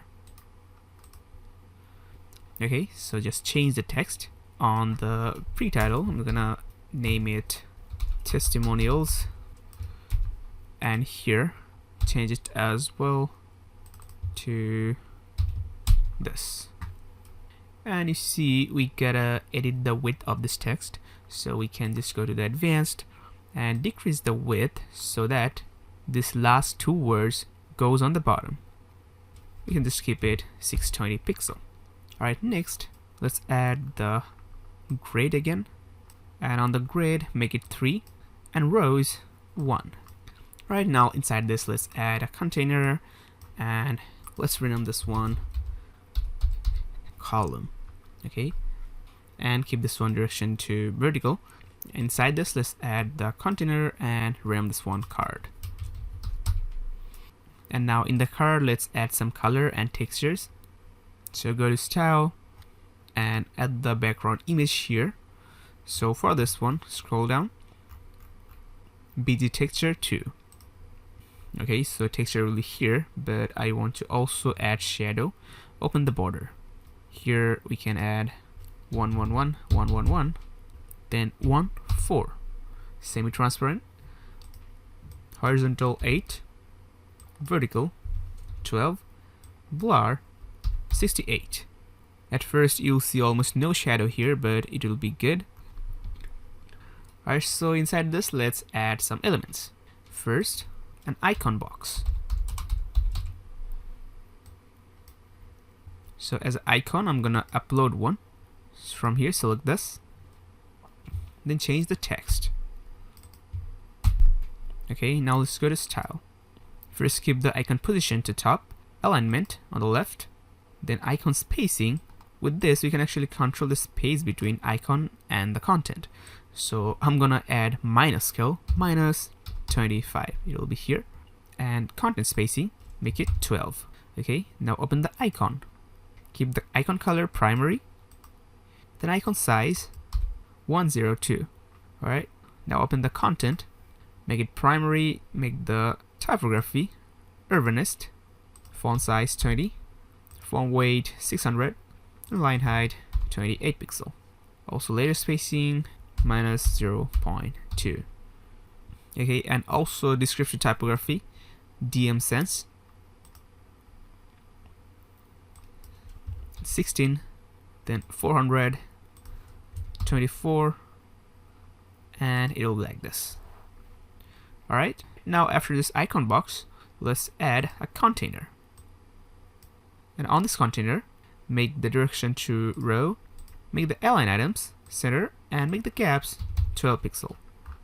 Then inside this, add an image. Change it, scroll down, you'll find all of these images. Select one, go to style, make the width 60 pixel. Now let's scroll up, go to the advanced tab, align the margin, and on the top type minus 14 pixel, and on the bottom 32 pixel. So it will be looking like this. But actually I'm gonna select this card and add some padding here. So first unlink the margin, on the bottom 30 pixel, and on the padding 32, 24, 32, and 24. So it will be now looking like this. Really good. Now after this icon box, let's add one more container. Okay, so in this container, first make the direction to row, make the justify content to start, make the align items center, and also the gaps 22. Okay, so inside this, let's add an image. Scroll down and you'll find these images. Select one of them. So this is basically the client's name that is giving the review, right? And let's go to the style tab and make this width 60 pixel. All right, after this image, let's add an icon box. But make sure this icon box is right after this image. Just drag it up like this. Okay, so it'll be here. Now I'm just going to remove this icon because we don't need it, and change the title and description. Now go to style, make the content spacing 4 pixel. Open the content, make the typography urbanist, and font size 20 pixel. Line height 28, layer spacing minus 0.2. And description, make it DM sense, font size 14 pixel, weight 400, line height 20 pixel. And hey, one thing, on the box, make the alignment to the left. You'll like this. Alright, so that's it here. So our review is looking really nice. We have star rating, we have some title, and the main review, and also information of the person that is giving the feedback. Okay. But one problem we can see, we have to add some gap between these items. So we can open it, select this text. On the advanced, we can just remove this minus and just add 40 pixel. Okay, looking good. Alright, so now it's time to duplicate the item. So first I'm going to select this column and duplicate it. And we need one more, we need 3 columns here. Okay, now inside the individual columns, I'm going to duplicate the card. Okay, so we have 2 of them here, and this one as well. Duplicate the card, we got it here, and duplicate here as well. Okay, and you see one more thing we have to do is select the grid. On the gaps, we have to add gaps. So I think 30 pixel will look great. Okay, so now it's time to change all the contents and images here. I'll be back in a moment. Okay, so I have changed everything in here. Currently this is looking like this. So because of the different height of the text here, each card height is not static, which is looking great by the way. Okay, now it's time to make it fully responsive. So in the tablet mode, this is looking like this. Now we can fix it. Select individual card. First here, replace the padding to 20 pixel. Okay, and then select this container and make the direction column. Make the align items start. It will be like this. Okay, so this is now definitely looking better. So we can just do the same with the other cards. Just copy this card. Oops. Okay, copy this first card. Paste the style to all the other cards.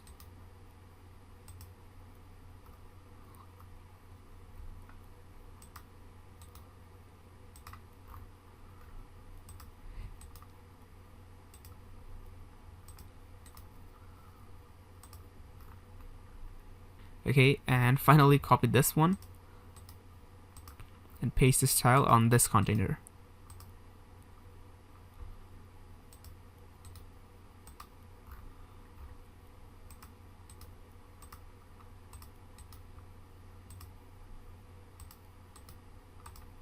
Okay, now this is actually looking great.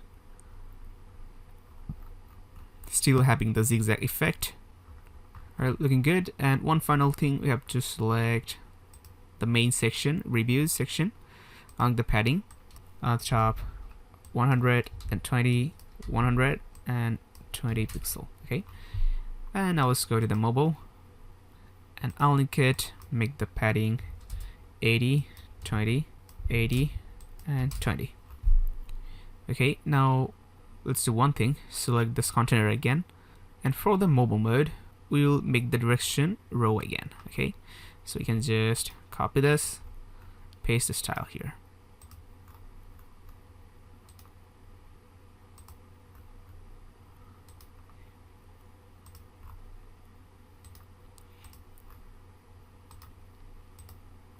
So simple. And now if you want, you can just decrease the font size and all here, but to me this is looking perfect. Okay, so we're basically finished with our cool review section.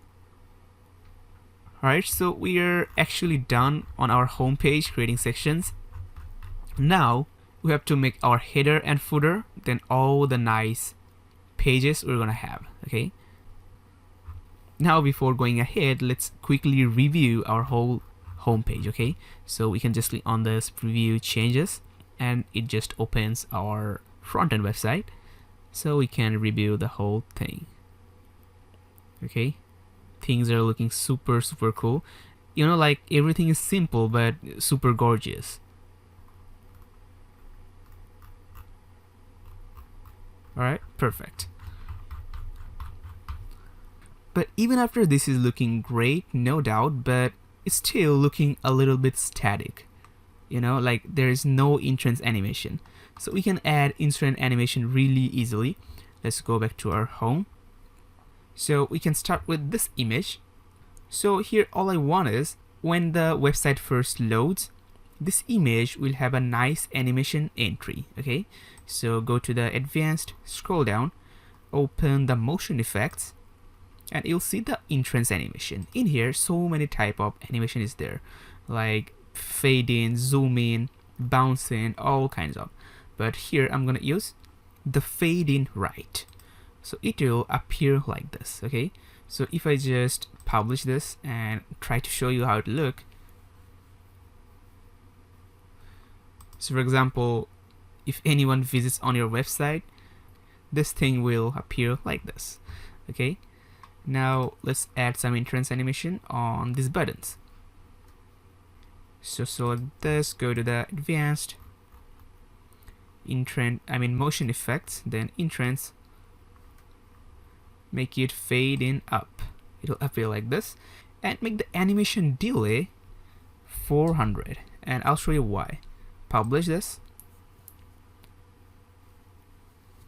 and refresh the front end, and if you notice carefully, first this animation is appearing, then this animation is appearing after 400 milliseconds. Okay, so this is an animation delay. Right, now let's add the same thing in here as well. So entrance animation, fade in up. Alright, and I'm not actually adding any animation on this text because this is a really big text to add animation. It can look really cluttered, right? So I'm leaving this, but of course we can add it here on this text. So let's go here, and we can make it fade in up as well, and add a delay of 200 ms. Okay, and I think enough animation on this banner section. Now scroll down, and obviously we don't want any animation on here because this is already animating. So here we want the animation here. So scroll down, make it fade in up. Okay, then leave this text, grab this button, we can make this one fade in up as well, just add some delay. Okay, and you know what, we can actually add entrance in here as well on this card. Just make it fade in up and no delay. So we can just copy this one and paste the style. Alright, now let's publish, and if we check it on our front end, let it load. This is currently looking like this. So cool, right? Now let's move ahead to this section, grabbing this one first, this one fading up. Okay, and let's select individual cards here and add the animation fading up with 200 ms of delay. Just copy and paste the style.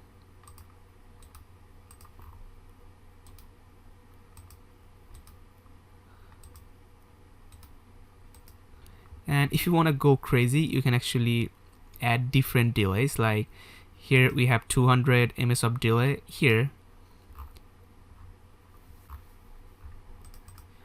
you can add like 300 ms of delay, and on this one you can add 400 ms of delay. So how it will look, scroll down, you see it will look smooth like this. Okay,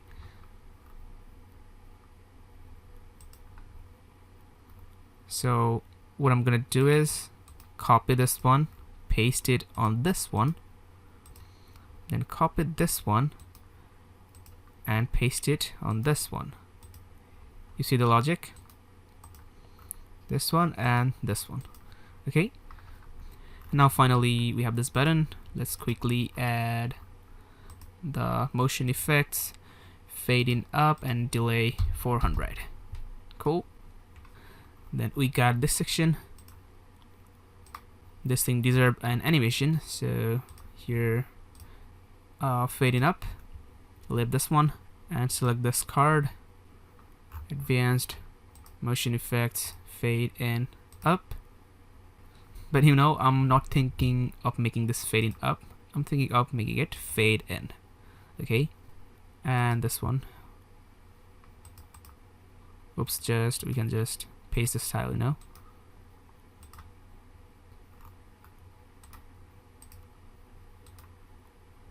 Okay, now let's see how it looks.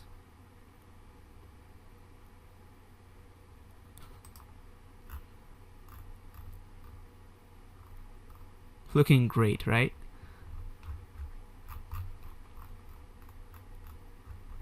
Just great. Alright, and finally on this button,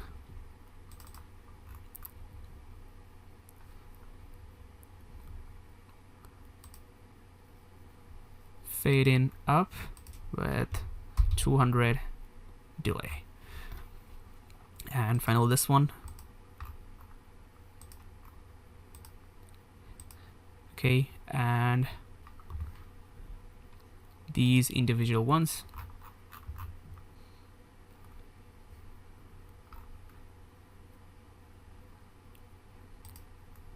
Fade in up, and on this one, just paste the style first.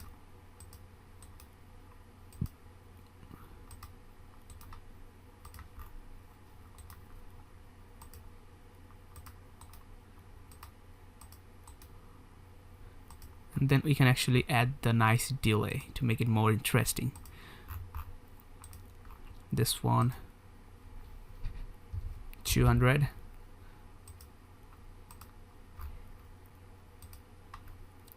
This one, 300.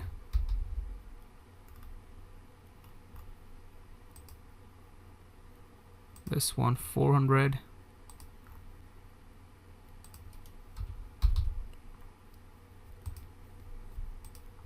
This one's 5. And this one's 6. This is really crazy.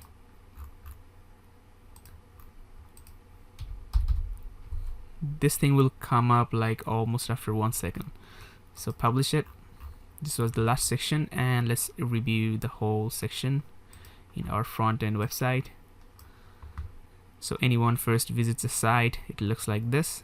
They scroll down and they see the nice animations. Looks really cool. Super cool. And finally this one, looking really playful, right?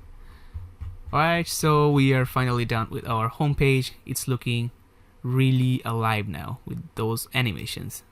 Let's see it again. This is a really active website.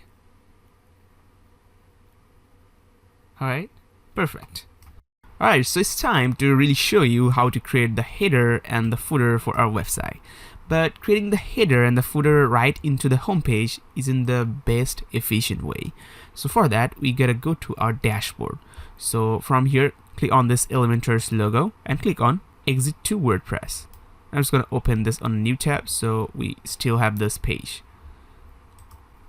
From here, click here. Alright, so we are in our dashboard again. Now, usually we create header and footer using the Elementor Pro version, but as we are using the free version, but we don't have that right now, so I'm just gonna use the Elements Kit plugin for that. So just hover over on this option and click on this header footer. And here we just have to skip all this onboarding. Just keep clicking on the next step. And finally save changes. And now under here, click header footer.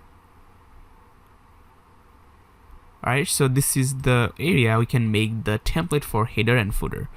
So click on this add new template. On the title, just make it header, that's it. And on the type, select header. And on the condition, make sure you select the entire site. And turn this activate option on. And save the changes. Alright, now here, click edit. And click on this edit content. And it'll just open the header template into the Elementor. Alright, so first here let's take a container, and I'm just going to rename this one header section, and then make the content width full width and keep the direction column. Okay, and that's it. Now inside this, let's add one more container and make this one boxed, then keep the direction row, justify content space between, and align items center, and also the gaps 20 pixel. Now go to the advanced. On the margin bottom, minus 96 pixel, and on the padding 24, 20, 24, and 20 pixel. So basically we have added the box for the header. Now inside this, let's add our logo. So we can just add a simple image widget, then choose the image. Here, scroll down, you'll find this black logo, select it. Alright, so in this logo, we can also add any link. I'm gonna add our homepage link because, for example, if your user is on another page like About Us page, and he just want to go to the home page, so just by clicking on that logo, they can go back to the home page. Okay, so we can use this link, select it to custom URL, and on this link, we can just copy our domain name or website address and paste it here. Okay, and now after pasting the link, you can see this image is looking like this, but don't worry, just go to the style, make this width 145 pixel. It'll be perfect. Okay, now after this, let's add a nav menu widget. So click here and search nav menu, and you'll find the Elements Kit nav menu. Add it here. So with this nav menu, we can show all the links of our website, like home, about, services, contact. All the links will be nicely here. But since we don't have any link created yet, there is no links showing here. And we can create the links. So now I'm actually gonna create the links first, then come back here and continue the styling. Okay, so we have to go to our dashboard to create our links. So from here, hover over this appearance and click on these menus. Alright, now that we have created our menus, just select this widget, and on the select menu, select the main menu we have just created. And all the links will be loaded like this: home, about us, services, contact us, and under the services you can see the service details appearing as a sub menu. Alright, now let's work on this one. So first here, make this responsive breakpoint to mobile, because I'm going to show you. Before, when it was the tablet, if you go to the tablet, the menus disappears and instead this menu icon appears. And with it, you can open the menus on a sidebar like this. And this is really useful for a smaller screen, right? But I don't want it on a tablet mode. I want it on the mobile mode. So on the tablet mode, the link will be here, but on the mobile mode, it will be disappeared and appear like this. Okay. Right, now let's go back and actually style everything step by step. Go to the style, and first on this menu height, it makes it like this, and make the padding 0. Now scroll down, open the menu item, then make the typography DM Sans, So basically this is for this text. Okay, then make the item text color our primary color. Then scroll down, make the item spacing 0, 21, 10, 22. So we have just managed the space between the items, and on the item margin keep it 0. Now scroll down, open the sub menu indicator and just make this color primary. That's all. Scroll down, open the sub menu item, which is basically for this link. So on the typography, select DM Sans and it will be here. Then on the spacing, unlink on the top 10, on the bottom 10, and on the left 20. So the spacing will be like this, and make this color primary. Now scroll down, open the sub menu panel, and on this padding just make it all 0, and this thing will be like this. And also you can actually control the container width of the sub menu. Like if I make it 400 pixel, it will be like really long, but we don't want it like that. Just keep it 220. Looking great. Now scroll down and you'll see the hamburger menu. Open the hamburger menu. So here we have a couple options. Alright, so here we gotta do a few of the things. First, make this position to middle, and then scroll down, click on this background type, then on the background color just make it fully transparent. So we cannot see the changes right here. If we just click on this mobile, we can see the changes. You see, so I'm just making sure that this menu doesn't have any background. Then we have this hamburger icon color. I'm just gonna make it primary, so it'll be nicely black. Now let's work a little bit for this icon. So let's make sure this icon doesn't have any background color. So scroll down, you'll find this close toggle. Under that, background type classic, then just make it fully transparent. Okay, alright, so it's looking good. And also the hamburger icon color primary. Okay, now this is looking good. So now let's continue to make it fully responsive. So if we just go to tablet, this is looking like this, but let's fix it. So first let's start from the menu wrapper. From here, just make all padding 10 pixel. Then on this width, you can just increase it and it will be actually automatically fixed. Just make it 450 pixel. Now scroll down, open the menu item, unlink this item spacing on the top 20, then 0, 10, and 16. Now scroll down, open the sub menu indicator, and here unlink the padding and it'll be nice here. Okay, alright, so in the tablet mode this is perfect. Now let's go to the mobile mode and we gotta work on here now. So first here, open the menu item and we can decrease the item spacing. First make it 0, then on the top 10, on the right 20. Oops, let's open it back. Then 10 and 20. The spacing will be like this. Then here scroll down, open the sub menu indicator, and here we gotta fix this thing. Make the margin 0 and it will be here, but just on the left make it 20 and it'll be here, but let's just make it 10. Okay, looking good. But I just don't want this border around this on the mobile mode, so we can just make the border none. Okay, it'll be fine again, and everything is looking perfect. But you know what, I want all this text to look a bit bigger, you know. So first on the desktop, if we open this menu item, and the typography is basically the DM Sans, but make it 16 pixel and make the weight 400. Okay, now in the tablet mode it'll be like this, actually looking better. And finally on the mobile mode it'll be looking like this, right? So I like this more. Okay, so one thing I got here, after you click on the sub menu, this is appearing like this, which is looking really bad. So let's quickly fix it. Open the sub menu panel, and just for the mobile mode, let's unlink the padding, and on the left 30 pixel, and it will be like this. It's looking like under this services now, right? Looking great. Alright, so we can say this is fully responsive now. Now let's continue the design. So after the menu, I just wanted to add a simple button. So we can just go to the home page and get a button from here. Copy this one.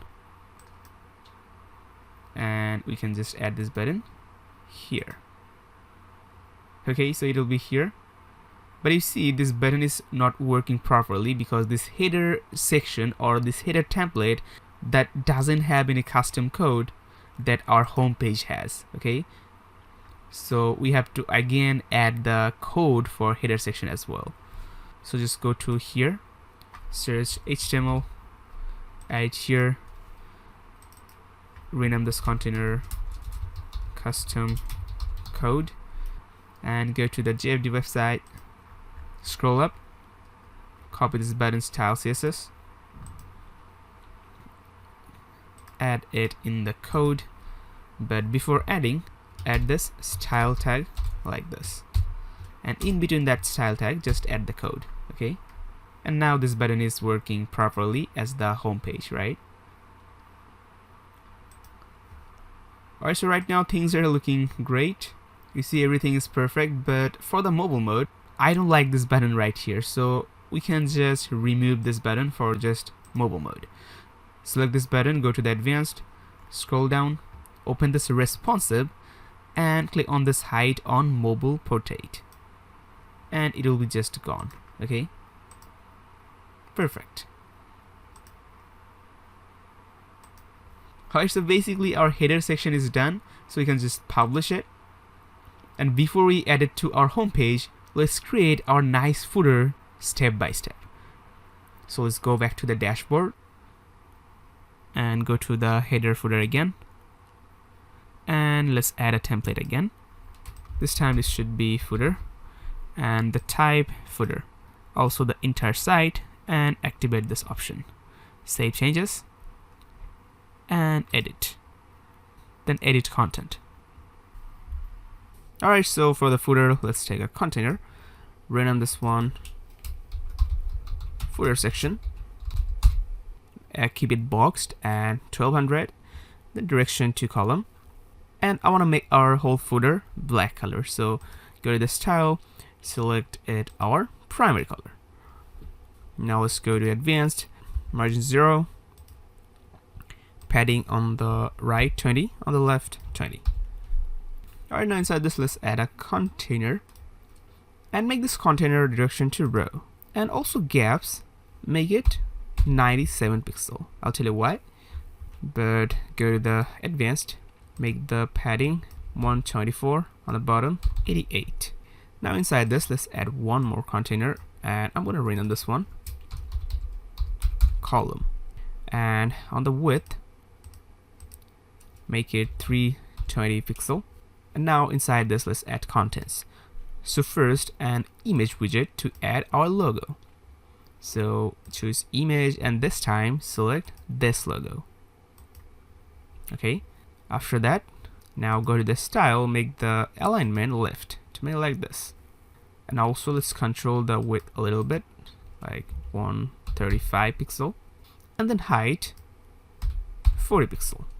Okay, now after this let's add a text editor, add some description here like this, go to the style and make the text color our gray color, and the typography should be DM Sans, and font size 14, font weight 400, and line height 22. Looking great. Now just go to the advanced. Now let's make the padding 12 on the top, 32 on the bottom. Okay, now after this let's add a social icon widget. Search social and just drag it here. So you know, with the social icon you can add social media icons and links. So here I want Facebook, Twitter, then here I want the Instagram. So to change that, click icon library, search Insta, insert, and it will be changed. And after that I want LinkedIn. So search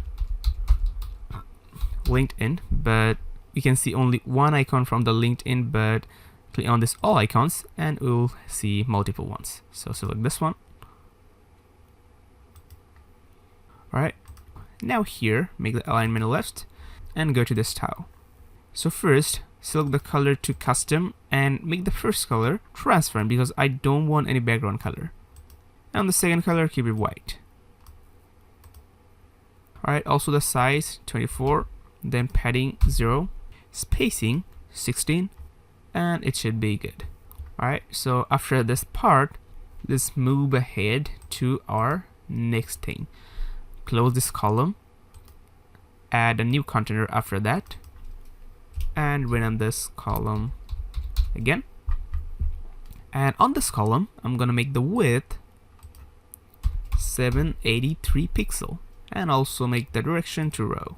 Then make the gaps 112, and now inside this let's add containers. So add it here, and I'm just gonna rename this cont shortly, and I'm gonna make this width only 95 pixel. Okay, now inside this let's add a heading widget first, a simple heading. Change the heading text, it says quick links. Then let's go to the style and make the typography urbanist and font size 20, font weight 600, line height 28, letter spacing -0.2, and make the text color fully white. Then go to the advanced, I'll make the padding on the bottom 20 pixel. Okay, now after the quick links, I want to add the links here. So we can just add the icon list widget. So make sure the icon list is after this heading. So on the icon list, we can add multiple lists efficiently. So first I'm gonna delete all of them like this, and on the first one, remove the icon, and here I'm just gonna make it home.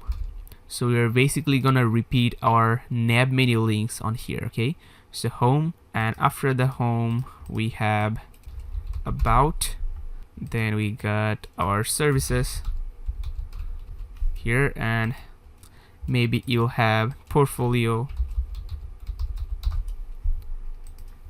then maybe later you'll have a blog page, then of course you'll have a contact us page, right? So just keep all the links, and you can just link these because we already have these pages, and we can keep these links empty like this. Okay, so I'm going to show you how to add links. So on the home, on the links, just search home like this, and the home will be suggested. Just select and the link will be added. And same for the other ones. On the about, just in the link search for about, it will suggest the about us page that we already have, and just select that link. Okay, so then repeat the process. Lastly, contact us. Alright, so this is how you do it. Alright, now let's style this nicely. Go to the style. First make the space between, which is this space, 16 pixel. Now we don't have any icons, so open text. Select the font family to DM Sans, font size 16, font weight 400, line height 24.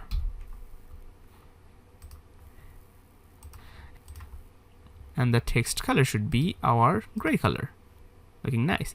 But the hover should be, switch to the hover, it should be our secondary color, right? Looking nice. We can control the hover duration. I'm just gonna make it 0.1 so it looks fast. Now what I'm gonna do, select the container and duplicate this. After duplicating, I'm gonna change the width of it because it will be a little bit wider, 180 pixel. Okay, now change this text to this, and here this thing will be a little bit different. So let's delete the whole icon list, and instead let's add icon box.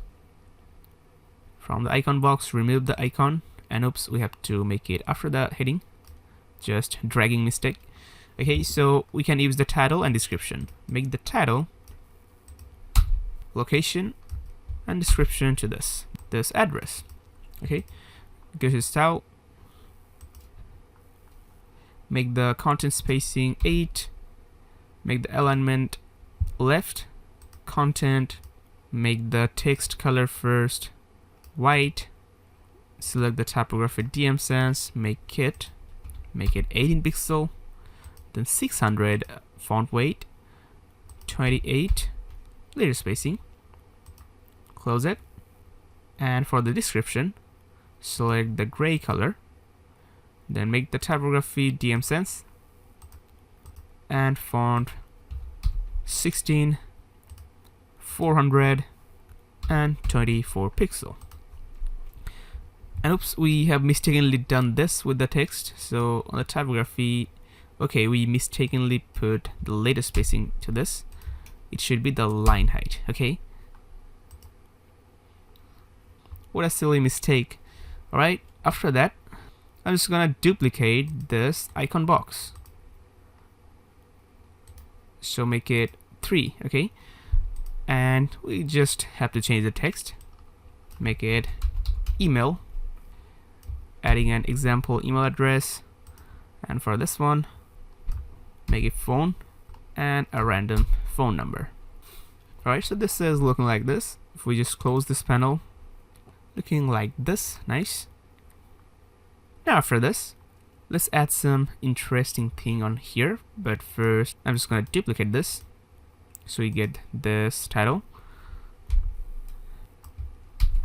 change it to quick links, and just delete all of this icon box.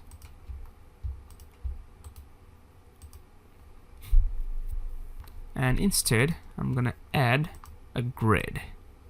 Yes, a grid, and put the heading on the top. Okay, so on the grid, first make the column 3, then keep the row 2, and make the gaps 12 pixel. Now in the row, let's add image widget. On the first one, select image. Okay, so we'll have these images, select one of them. So it'll be here first like this, but if we just close it, it'll be a nice shape.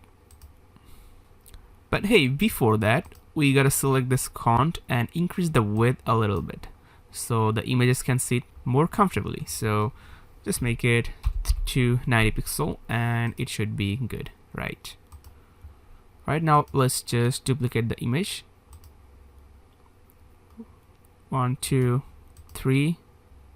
Okay, so let's change the images now. Select this, then this, select this, then select this, and here select this one. Okay, so on the footer we are having a little nice gallery. Okay, it's just looking good. So you can actually use these images as any link on your website, right?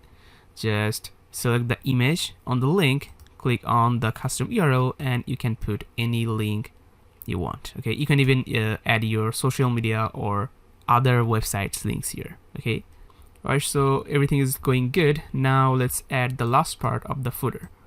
So we can just close this first container under the footer and add a new container after that. It will be here.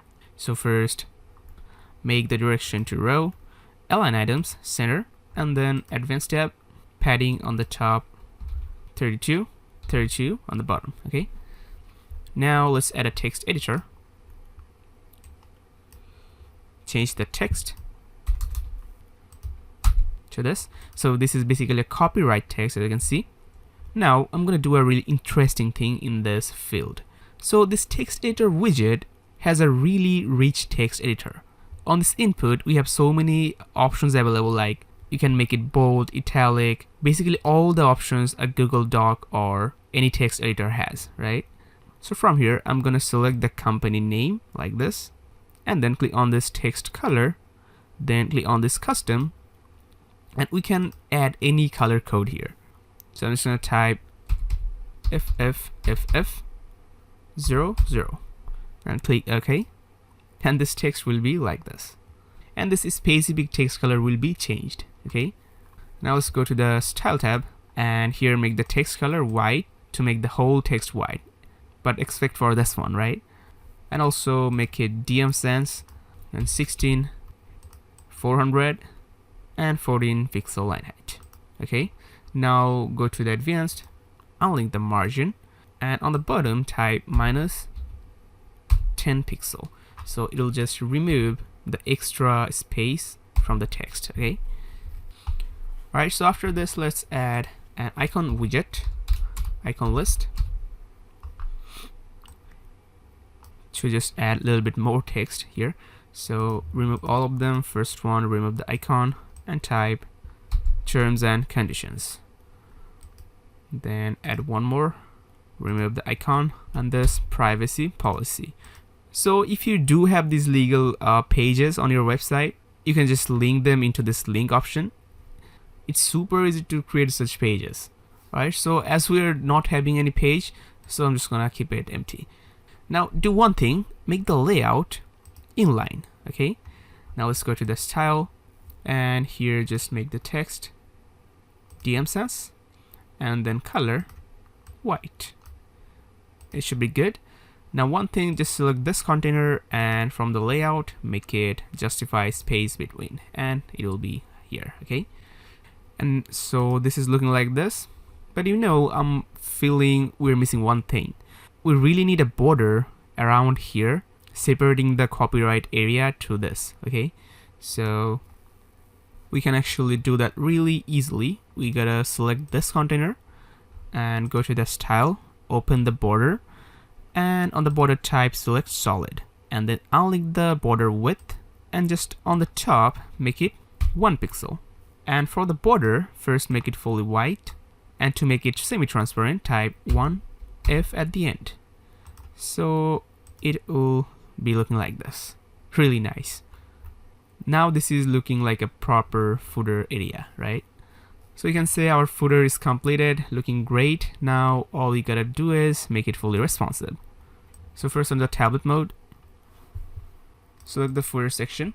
So here the plan is, we have to separate this container with this container. So we can select this first container, and on the layout, scroll down and turn this wrap on.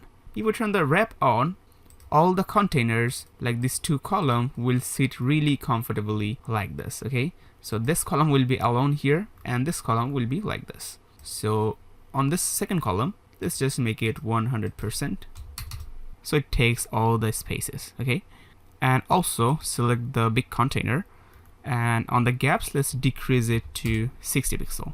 Alright, and also you can select the second container in the column and make the gaps 60 as well. And on this column, make sure we have justify content space between, so it just stretch everything inside. It actually should be on the desktop mode as well, so we'll fix it later. Now everything is looking quite good, but we gotta decrease the space over here. So for that, we can just select this container, go to the advanced tab, and unlink the padding.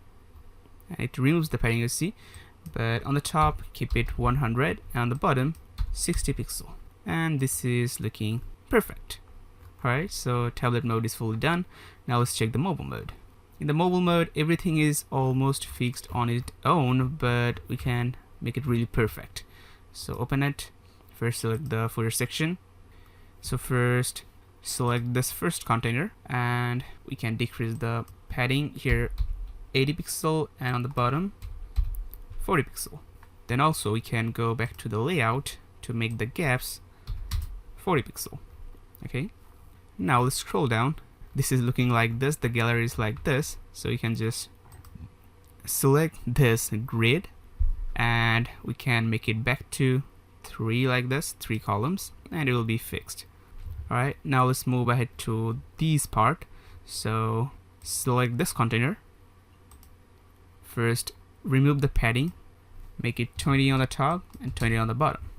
Now let's select this copyright text, and I'm gonna make it center like this. And you know what I'm gonna do, go to the advanced and make the order so this text will stay on the end. Okay, now let's select this text and I'm in this widget, and we can go to the advanced and leave some space on the bottom. And also on the style tab, let's make it center. But if it's not working, make the align self center. But if it's not working, just select this container, and from the layout, make the justify content center. Okay, now this is looking great. Alright, so our footer section is looking perfect in all the screen sizes. It's perfect. We're basically done creating our footer. Now let's go ahead and add our footer and the header in our home page.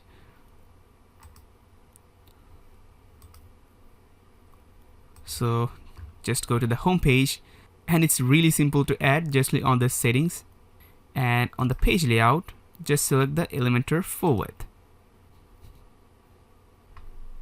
And after selecting it, you'll get that old boring header and the footer. But don't worry, just publish the home page and give it a refresh. And boom, we have the header on the top and our amazing footer on the bottom. But on the header, I can notice one thing. There is some space on the top here. So we just have to find out from where it's coming. So you can select the banner section, and on the advanced, I think it's not from here, so we can just go to our templates and open the header template. Okay, so on our header, we can first turn this off, this custom code container, so it doesn't distract us. So we can see there's some space on this header. So if we just make this header section colored to red, we'll see the exact gap, right? So we can open the header section, select the container, and if we just go to advanced tab, I see we have to just increase the minus margin here like this, and we can actually remove the gap like this. So just make it minus 105 pixel. Now let's publish and see. And by the way, just remove the header section red color, click on clear. So if we just again refresh this, and this is looking clean right now. No gaps are here, everything is looking perfect. Alright, so we just got our header and footer, and it's fully functional. If we click on this, actually let's open it on our front-end website and refresh. So on the menu, if I click on this About Us page, it is taking us to the About page. Although that page is broken right now, we didn't do anything. Then if we click on the services, it takes us to the services, and by clicking here, it takes us on the service details. Okay, so this is fully functional and working. So now let's go ahead and create our other pages like About, Services, and Contact Us. It will be really interesting. So let's go back to our dashboard. Go to the pages. Alright, now let's go ahead and open our About Us page and add all the contents we need in the page. So just click here and click Edit with Elementor. So currently we don't have anything, but we have the header and we have the footer. Because the header and footer is appearing on entire website. Doesn't matter how many pages I create, the header and footer will be there always. That's why we have created the header and footer separately in a template base. Okay, that's why we have created the header and footer separately using the third-party plugin. Okay, so this is great. Now here we have to remove all the unnecessary default things. So go to the page settings, scroll down, just make it Elementor full width. So we'll just have our header and footer and nothing else. Alright, so here first I'm gonna create a simple page banner.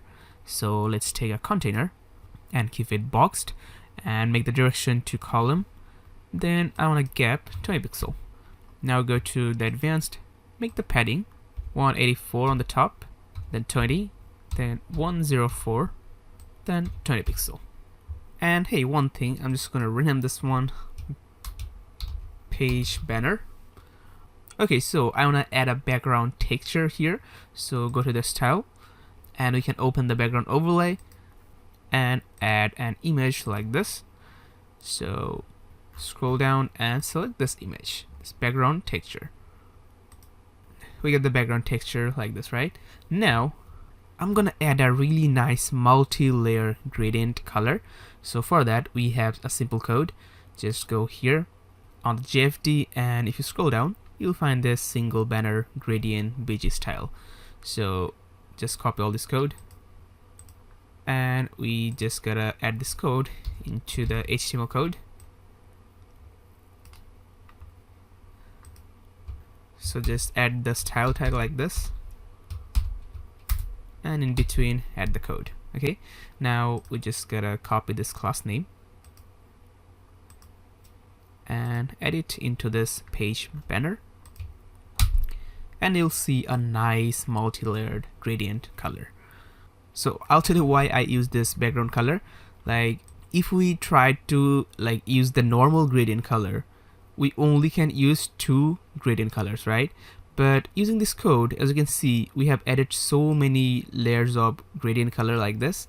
So that's why the section is now standing out, right? Alright, now let's move ahead and add things in here. So first I'm gonna add a pre-title.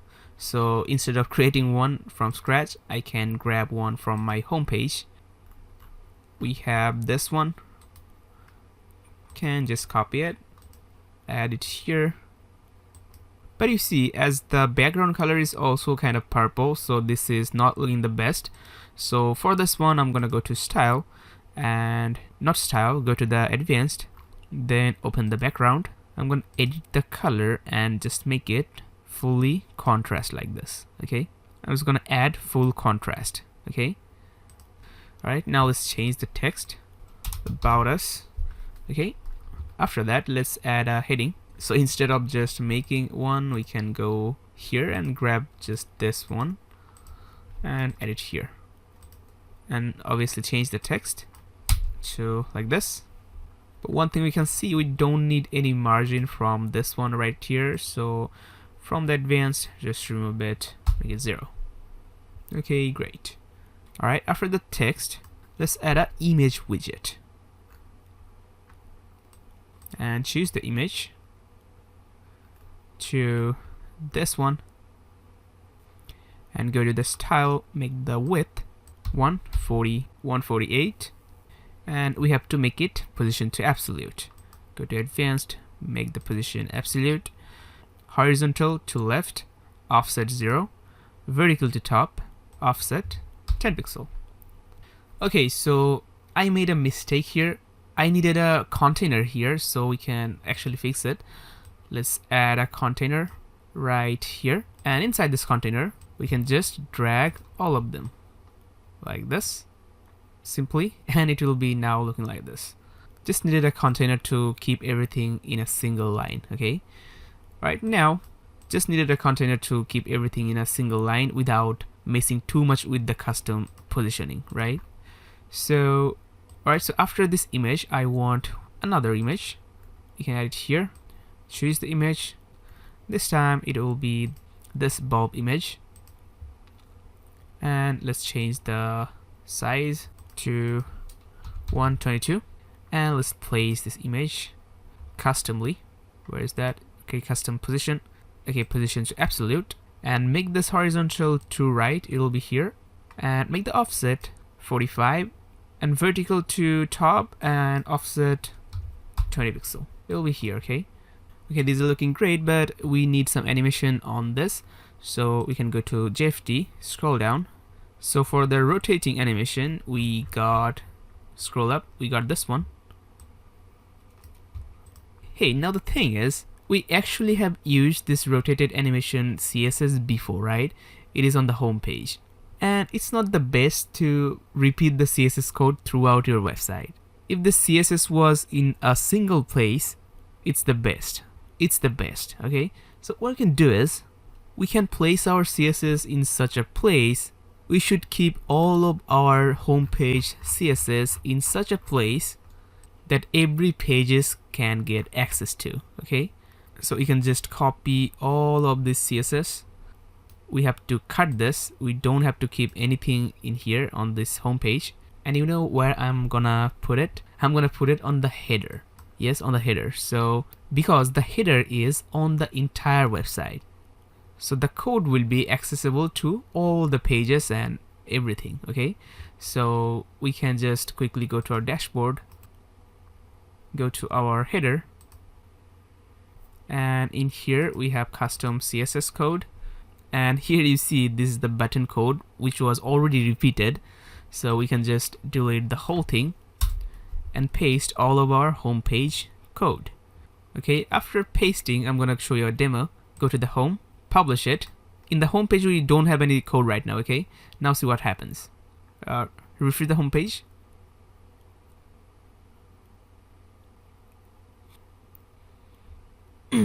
So as we are not having any CSS code in the home page, you can see everything is static, like this rotating is not working, then this animation is not working, and so many things we have done with the CSS, right?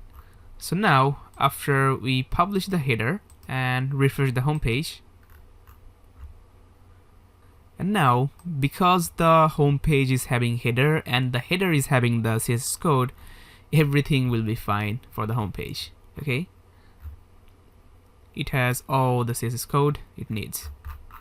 Alright, so same will be for the about page. So let's publish it, and if we refresh it, this page will just have all the code the header has. Okay, now that we have this rotating code in the header, we don't have to copy this anymore. We just have to copy this class name. Copy this class name, go back here and add it here. Now see if it actually works. Okay, now it works. Okay, so let's do the same for this one. Go here, scroll down. We have the pulse animation, but we don't have to copy any code. We just have to copy the class name. So copy this bulb icon pulse and just paste the code here. I mean class name here, and it starts to animate. Great stuff.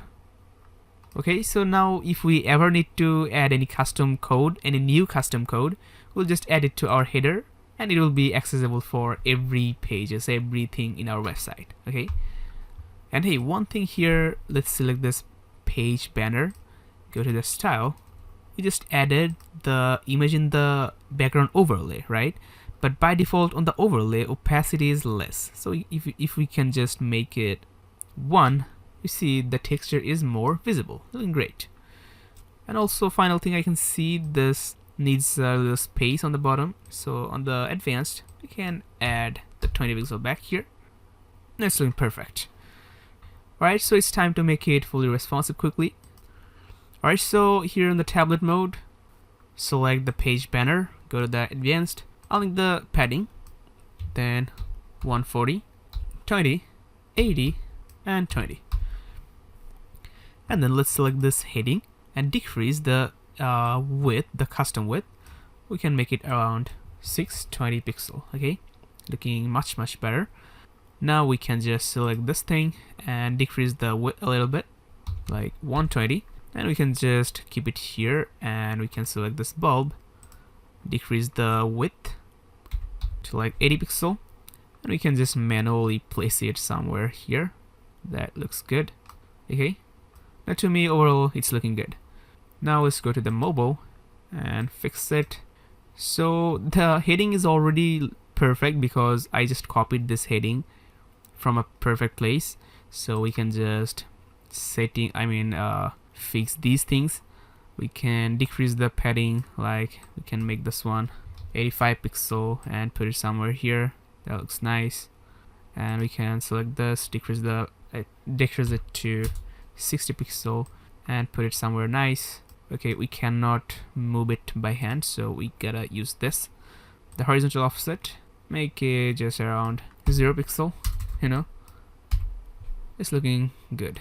And the vertical orientation minus 23. It's looking perfect. Okay, so this thing is ready to use everywhere we want. Alright, so after this section, as this is our About Us page, I want a section from our home page. I want exactly this section on our About Us page. So we can just right click on this About section, copy, and really simply paste it here. It'll be the exact same thing. Okay, and of course, drag these custom codes down here. And hey, we can just drag this custom code down here. And actually we don't need this custom CSS because we can just add it right into our header. Okay, just cut this code, delete this whole thing. You don't need any custom CSS in here. Just go to the header, put it into the header's custom code. Okay, so that we can use that code anywhere we want. Okay, so it's perfect. Now we have added this. Now after that, I want to create a section fully step by step. That'll be a really cool section. It'll be a really cool section, and it is our theme section. So first, take a container, rename this theme section. First, make it direction row, make the justify content space between, and align item center. And scroll up, go to the style, and add a background color. I'm gonna add a really light gray type of color. So type F7, F8, F8. Okay. And I'm gonna also add a texture, so we can use the background overlay. Classic, choose image, and we have this image. Okay. And also make the opacity 1. Alright, now scroll up, go to the advanced, I'll link the padding. First 124, then 20, 124, and 20 pixel. Alright, now inside this, let's add a container. On this container, make the direction to column. And nothing else. Now let's add a pre-title. And we have the pre-title in our home page. This, I need this one. And paste it here. Just change the text, our theme, and go to advanced, change the align self to left. I want this one on the left. Okay, after that I want this heading as well, and add it here. Change the heading, it says meet our expert team. Okay, and of course, from the style, make the alignment left, and from the advanced, make the align self left. Perfect. Alright, lastly, we have to remove this minus and add 25 pixel on the bottom. Okay, now after this heading, let's add a grid here, and make the grid columns to 4 and rows 1. Okay, and also the gaps 24. And now inside this, let's add card. So we can add a container and rename this to card. So on this card, let's go to the style and make the background type to gradient. I just want to add some color here. So on the first color here, make it our secondary color, but at the end of the code, add 0A, and it will make it a semi-transparent color. Okay. Now on the second one, do the same secondary, but on the code add 66, another semi-transparent color. Alright, now scroll down and we can control the color angle with this. So here I'm gonna make it 270 pixel. It will be like this, and that's it for the color. Now scroll up, go there, and make the padding 16 pixel. Alright, now inside this card, let's add a container, and we don't have to do anything on this container, just inside add an image. Okay, choose the image. So this will be the team member's image. From here, we can select this one. Then go to the style, make this width 100%. Alright, perfect. Now, after this image, I want to add an icon widget. Search social icon. So just add this one. I'm gonna keep Facebook but different icon. Search Facebook, click all icons and select this one with the no background. Okay, then Twitter, I'm actually gonna add this X Twitter. Then here Instagram.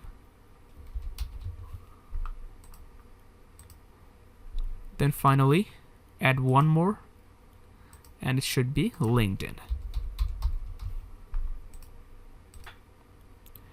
And here, make the columns 1. so it will be on a single column. And then make the alignment on the right. Okay, now let's go to the style. First, choose the color to custom. First color should be fully transparent since I want to remove all the background. Then the secondary should be our primary color. Now size, make it 20, and padding, select pixel, then 8 pixel, and spacing 0. Now let's go to the advanced. First scroll down and open the background, because I want to add a background as a whole here. So background type classic, background color our accent color. First it will be like this, but if you scroll up, go to the layout, make the align self to end, it will be like this. Now scroll down, make the position to absolute. So it will be a free element, we can take it anywhere. So here I'm gonna make it nicely positioned.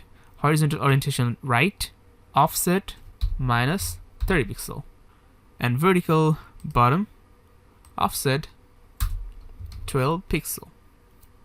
And why I'm placing this here, I'm gonna tell you. So go to the JFD website, scroll down, you'll see this team member social icon style. Copy the code and add the code in our header, since we are adding everything in the header, and add a space, add the code, publish, then go back here, copy this member social class name, and add this class name into this social icons CSS classes, and then go back there again and copy this member image wrap,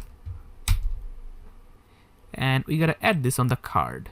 On the advanced, add the CSS in here.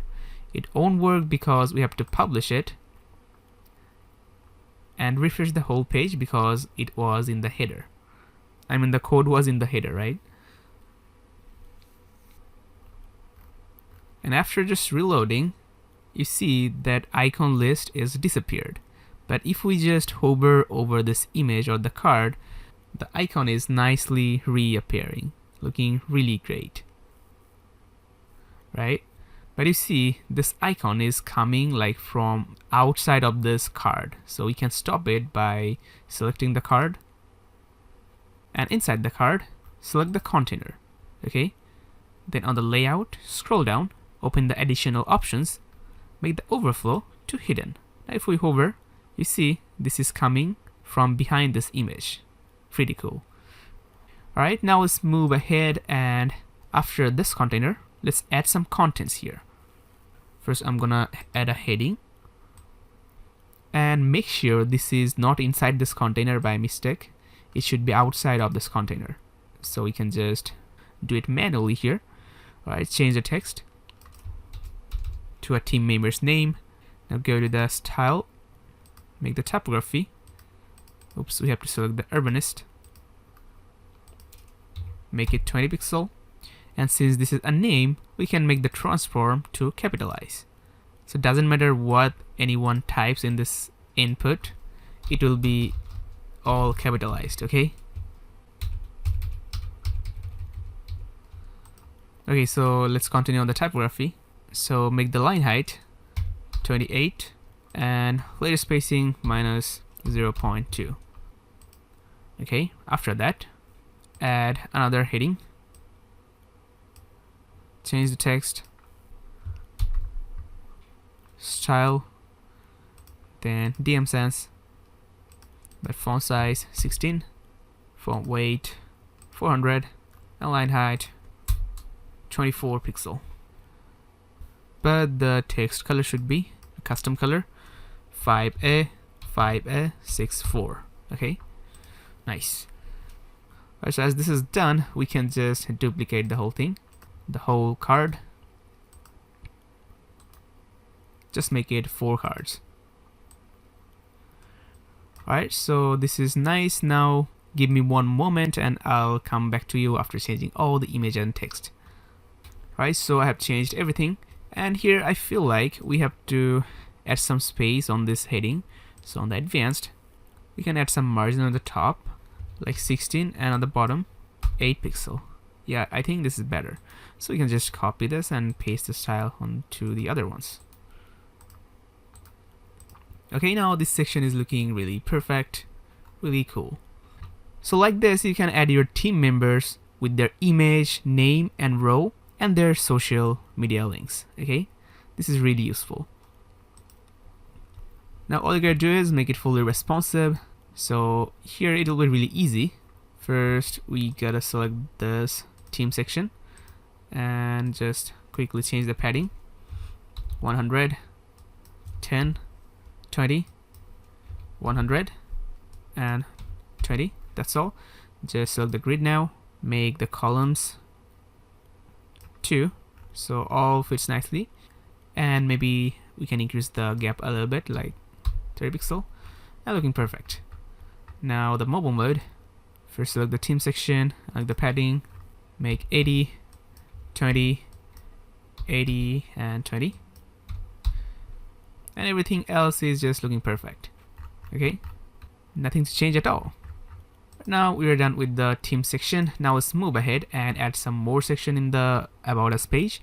So in the About Us, I want our review section. So we can just copy this from the home page and really simply add it here. Review section. So it'll just appear like this. Really cool. It has everything. So finally our about page is looking fulfilled and amazing. So let's publish it. Then let's go back to the dashboard. Alright, so now let's work on our services page. Just click edit and edit with Elementor. Alright, so first let's go to the page settings and page layout, make it Elementor full width. Alright, so first thing I want here is that single banner we have created for About section. So you can just go to the About section real quick. I'm gonna open it on a new tab and open the About Us. So I just need this page banner, copy and simply paste here. And here you can see a default container here that is taking some space. We can right click and delete this. It'll be good. Alright, now let's change the text. So this will be our services. Now let's change this text. Then focus title to this. Right, and now we have to make this text a little bit less. We have to go to the advanced and decrease the width like this, so we can get one more word in here. Make like 700. Alright, so this is basically done. As we're working on our services page, I want a services section in this page. So we can just go to our home page and we can just get the services section from here. Select it, copy and simply paste it here, and it will be perfectly fine. Okay, now after that I'm gonna create a section from scratch. So let's take a container and rename this one process section, just renaming it process section. So in the process section, make the direction to column, go to the advanced, margin 0, then padding 120, 124, 20, 124 and 20 pixel. And also I'm going to add a texture on this process section. So from the style, go to the background overlay and add an image. So from here I'm going to scroll down and select this one, BG texture 2. Texture will be here, but make the opacity a bit more. And also for this section as well, I'm going to add a class name, which is, go to the JFD website, scroll up, and so here we have the single banner gradient, right?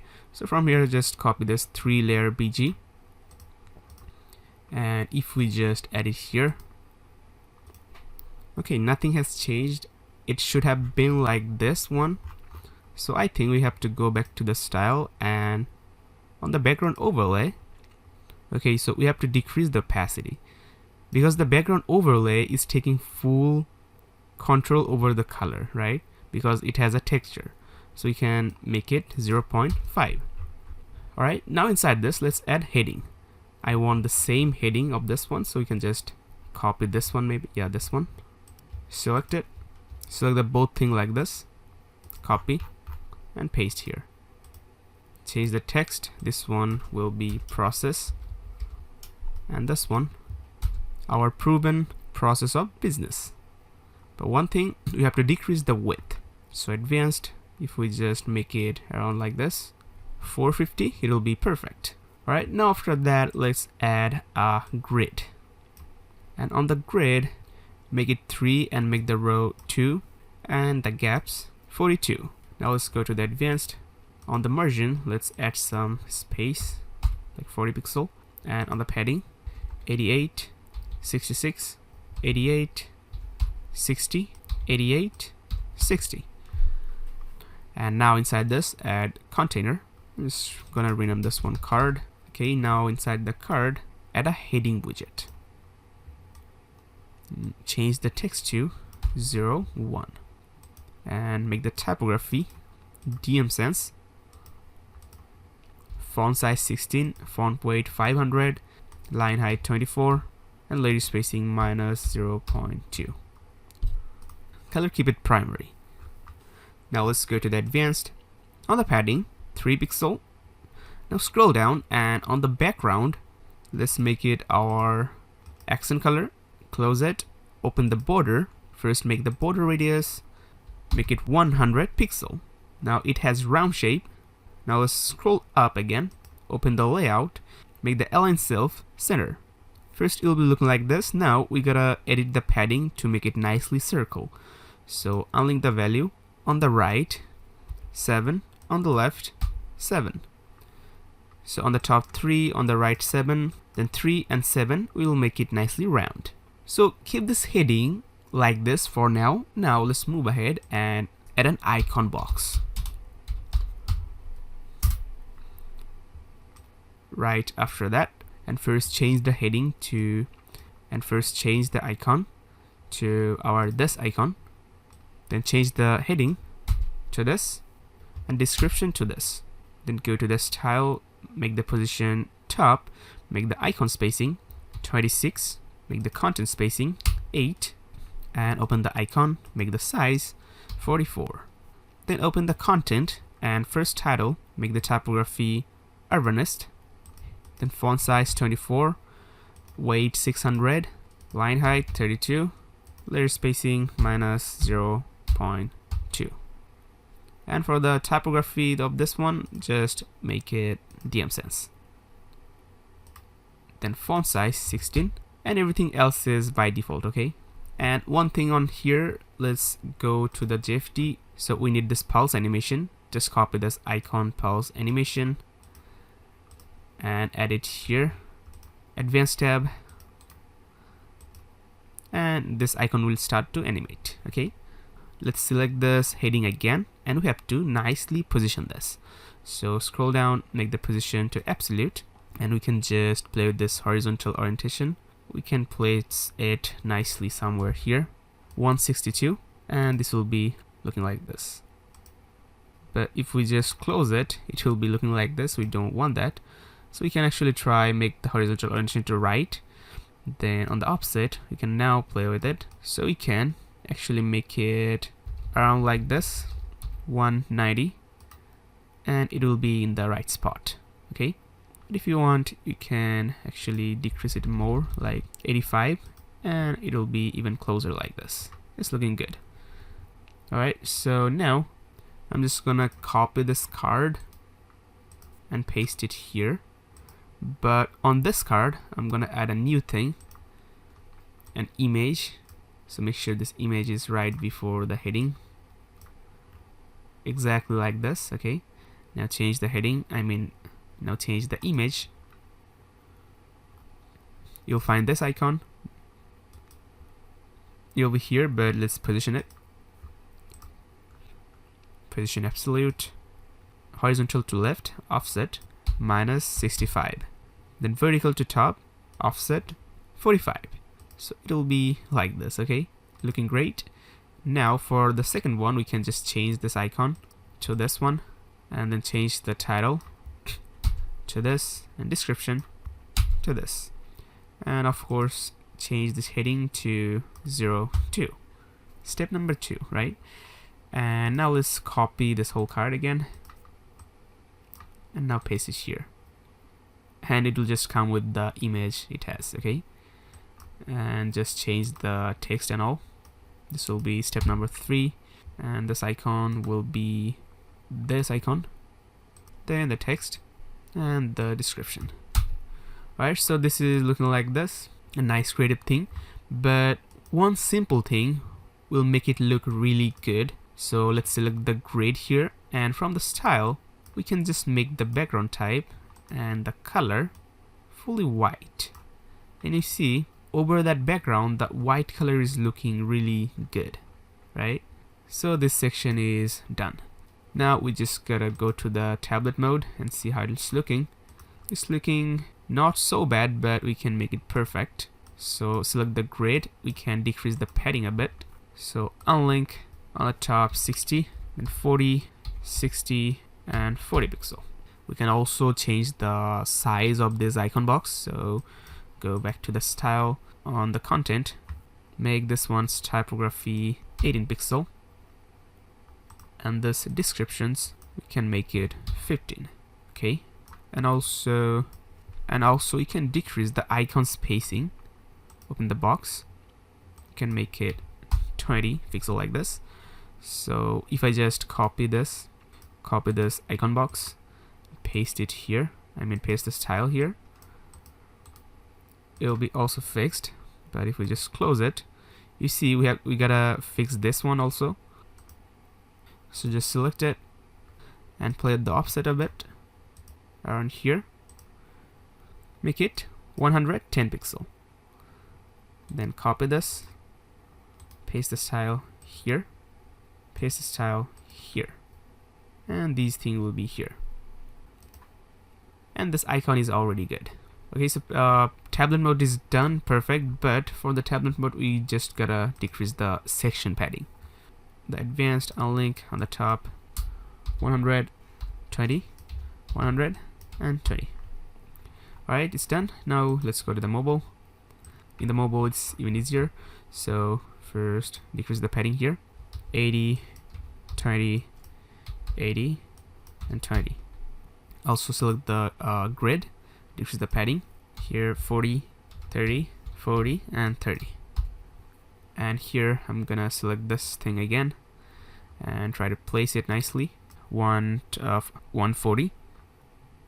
Copy, paste the style. And about these icons, I'm just gonna hide this in the mobile mode. We can select this, go to the advanced, scroll down to the responsive and hide it on mobile portrait. Also this one, just hide it. Now it's looking perfect. Alright, so this nice section is done. Now after this section in our services page, I'm just gonna add a review section. So we can simply go to our home page, copy the review section we have and paste it here, and it's already perfect. Now after that, I'm gonna create one more section from scratch, and it will be a really cool one. In this section I'm gonna teach you how to create forms. Okay, so publish, and let's add a new container. We can close all these sections to make it clutter free. So just rename this one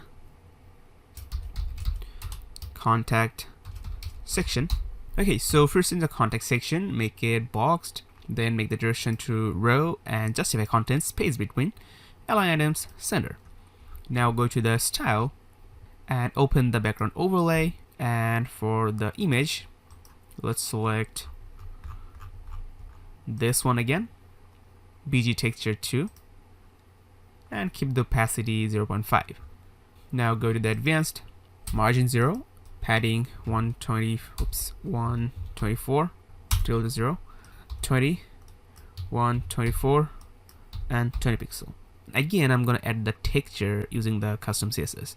So we can just go to that background color, this, and copy this 3-layer BG and simply add it here to add a nice overlay. Okay, now inside this let's add a container, make it full width, and on the width 42%. Then direction column.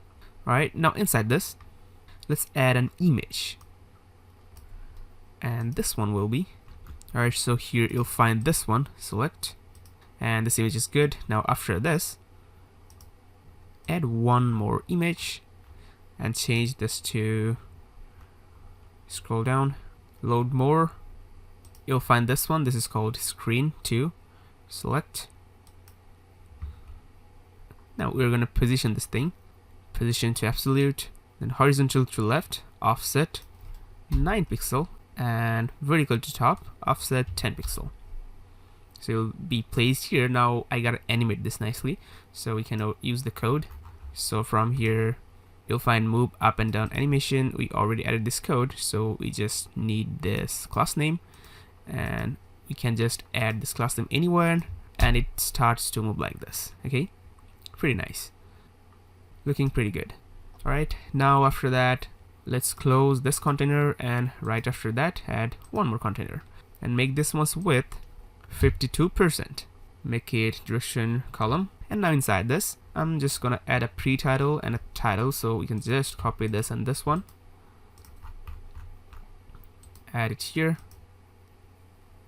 We just gotta change the text from here, get a code. Now go to the style, make the alignment left, and from the advanced, make the align self left. Also select this container, then select this one.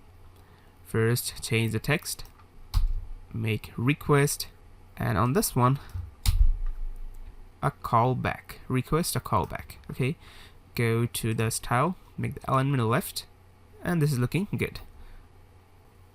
Okay, so now after this, I'm gonna add a widget that is called Mid Form, and this is the plugin or widget we're gonna use to make a form. This is really interesting, so just add it here. It'll be here, and from the left side, click on this Edit Form. It'll open a pop-up. From here, make sure select this new, and on this name we can type or rename it anything. I'm just gonna make it Contact Form, and select this blank template and click Edit Form, and this will open in a mini Elementor page builder, you see. And on the left side we have so many widgets like submit button, text, email number. All of these are different inputs and everything, so these are under the mid form, but we also have the basic layouts like container, grid, heading, image, and all.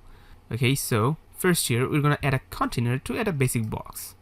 Make the container, scroll down, make the container direction to column, and container gaps 16 pixel. And inside this container, and then go to the style, and on the background type, make the color fully transparent. I'm going to tell you why. Just make it transparent like this. Alright, now inside this, let's add one more container. And here, scroll down, make the direction column, justify content space between, and gaps 16 pixel. And now inside this, add one more container, and here just make the gaps 20 pixel. So let me just quickly sort these things out. We can just rename this one to cont and this one to item, so it looks more recognizable. Okay, so on this container, now let's start to add a widget. So under the mid form, open the mid form, you'll see this text. If you just drag it here, it will add an input. So in the input you can type anything, user can type anything. Okay, then on here we can change the label. We can make it name, and the name will be here. Okay, and also inside we can see this is the placeholder. When there is no input text in here, it just show the placeholder. Okay, so in the placeholder we can make it the name as well. Okay, so as we are renaming this placeholder to name, we don't need this label anymore, so we can just turn off this show label. It will be gone. Okay, now let's stylize this input. Scroll up, go to the style, scroll down, make this input color primary color, so the input color is this color. Okay, the text color. Now click on this background type. From here, make it fully white, so the input will be white in background. Now let's scroll down. We'll have this typography. From here, just select the DM sans, and every default thing will be good. Now here open the placeholder. So placeholder is for editing this placeholder text. So here just make it DM sans as well and it should be fine. And from here make the color 5A 5A 64. Okay, so the placeholder is looking like this and the text will be looking like this. Okay, now we have just made one input, but one problem is if we close the panel, we can see this input is having a border. We don't want the border here, so we can select it on the style, scroll down, you'll find this border type. From here make it none. Okay, so it'll be like this. Perfect. Okay, so our one input is done, so I'm just gonna close this item and duplicate this, so we'll get 4 of them. Now on the second one, the text input, so I'm gonna right click and delete. Instead scroll down here, I want this telephone, and the telephone input is for adding the user's phone number, so we can turn off this label first. Then on the placeholder just type phone number so that user can know this is the phone number input. Now instead of styling it from scratch, we can select the first one, copy and paste the style here. Simple, it'll be same. Okay, now on the third one, third item, delete the text and instead add the email, and obviously this is to put the email address. So turn off the label, keep the placeholder email, simple as that, and just paste the style. Now the fourth one, let's delete the text and instead scroll down, you'll find the select, add it here. So this will be a bit different one. So first turn off the label and on the placeholder type this, consult about business. Okay, so now the select input has a functional thing. If you scroll down, you can add options here. For example, we have item 1, 2, 3. Okay, so if we just click on this input, then let's open one of them. So if we just click on it, it should show some options, but it's not showing any option because in the building mode we cannot see it. So if I just click on this preview changes, and it will open the contact form, and here we can click on it and see these options, and user can select any of these options from here. Okay, like this. Okay, so let's close this. So basically you can put anything you want here. Okay, like option 1 you can type technology, then on the option 2 farming, option 3 medicine, like this. Okay, so these items will show as options of this select. Okay, now first let's copy this one and paste the style for the input, but as this one is having the option drop down, obviously we have to style more of the things for this one, right? So go to the style and you'll see some more option for this one. This is option wrapper. In here we don't have to do anything, just on the option make the color primary, and if we just publish this and preview changes to see the option, currently if we click on it, this is looking like this, and I think this is perfect. Okay, but obviously you can go really creative with this, like on the options wrapper maybe you can add border radius, border, box shadow. Alright, and everything else is good. Alright, now after this item or after this input, I need one more input, so I'm just gonna simply duplicate the item, and I don't want the select here, delete, but scroll down, I want this text area, drag it here, and the text area is the input where user types message. Okay, so that's why this is having longer height. Alright, so on the label I'm gonna remove the label, and on the placeholder just type message that indicates that this is the input to type messages. Now go to the style and you'll see the control of the height. You can control the height of this input. Okay, so I'm just gonna keep it 150 pixel, and everything else we'll just copy it from the previous one, copy the input and paste the style, and it will have all the style the previous one had. Okay. Alright, so we are done creating our inputs. Now it's time to create a button, and it will be a simple button. We can just go to our home and grab a button. I want this black one, but let me just add a container. Okay, let's add a container here first, and this container should be right after all the cont. So let me just close all the item and drag it down here and rename this one as well item. Okay, and in the item just paste the button.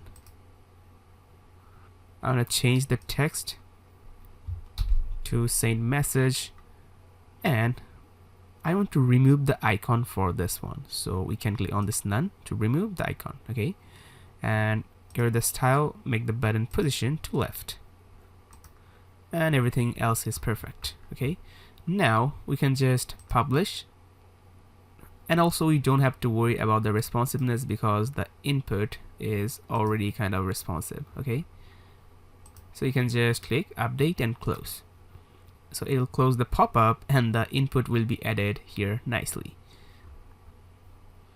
It's looking great here. So this is how you create a contact form using the Made Form plugin in the Elementor. Okay, now let's make the whole section responsive. So in the tablet mode, this is looking like this, and I think this is not looking bad, so we can just select this one and move it somewhere else, like vertical orientation somewhere here. But before that, we have to decrease the width of this image. We can maybe make it 150 pixel or a little bit wider like this, 200 pixel, and it's looking perfect. And of course we can select the contact section and decrease the padding, like on the top 100, 20, 100 and 20. Alright, perfect. Now go to the mobile mode. In here by default everything is looking perfect, but we have to work on this. But before that, contact sections padding should be 80, 20, 80 and 20. Okay, so select this thing and we can decrease the width to 150 and move it down using the vertical orientation like this. And the mobile mode is looking great, but one thing we can see, we need some space here. So you can just select the whole container that contains this image, and on the margin maybe you can add 30 pixel. That's looking great. So we are done with our nice contact form section. Okay, so this is our contact section. Now publish our whole service page. So basically our service page is done, looking really great.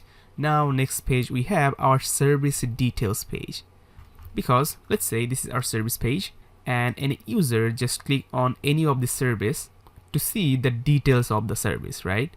So exactly for that we got this service details. So now let's work on the service details. Go to dashboard,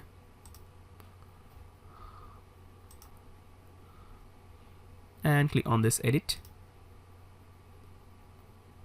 with Elementor. Okay, so first go to the settings and make the layout Elementor full width. And for this page as well, I want the single banner. So from the about us, we can just get this, the page banner and add it here. Change the text, service details.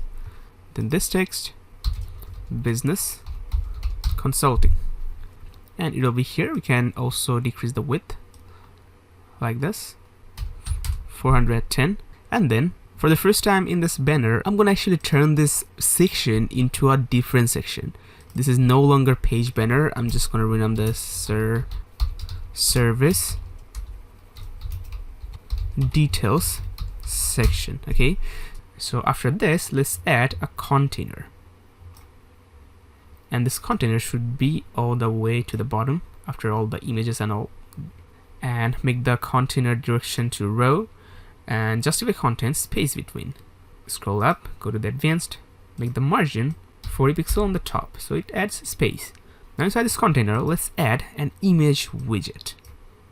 Okay, now choose image. You'll see this one, select.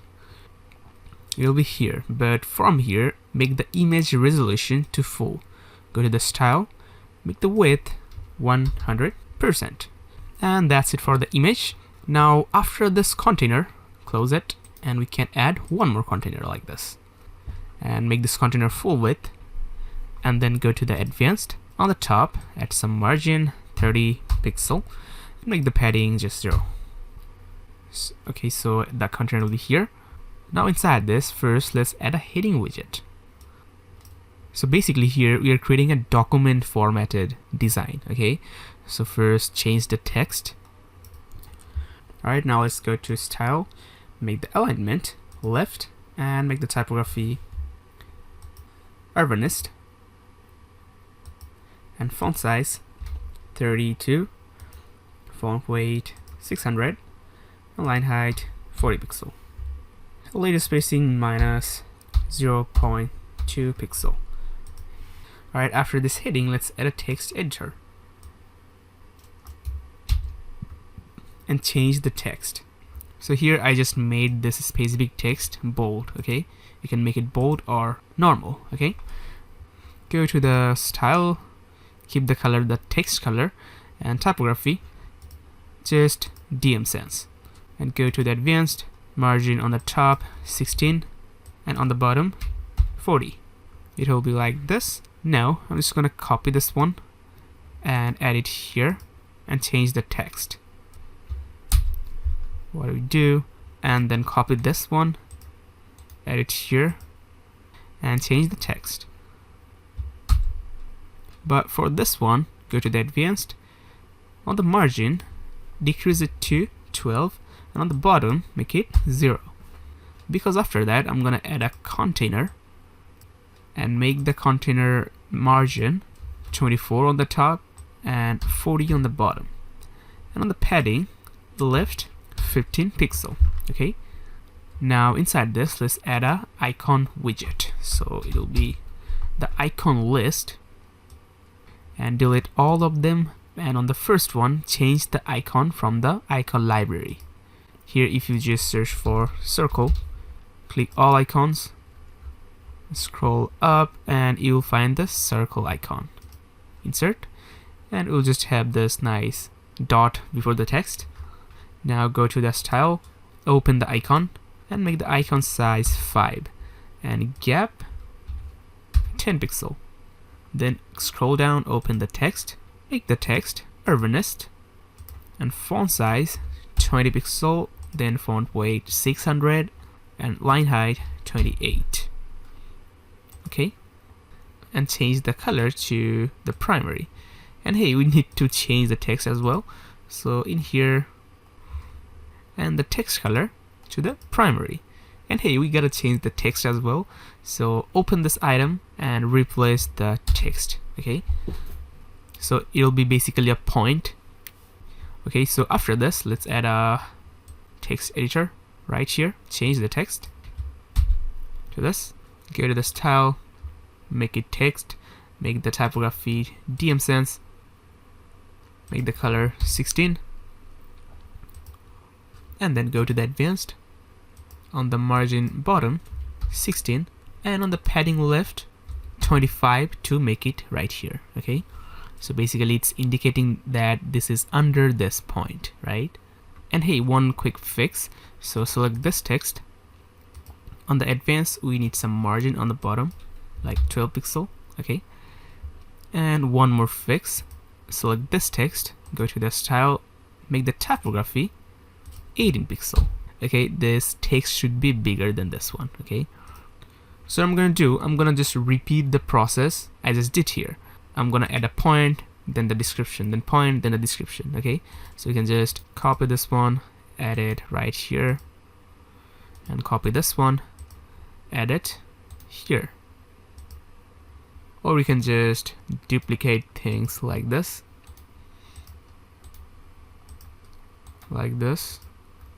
and later we can just shuffle it like this.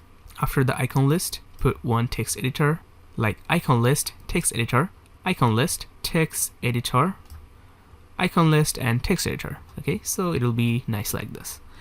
And all you gotta do is change the content in here. So this point should be different.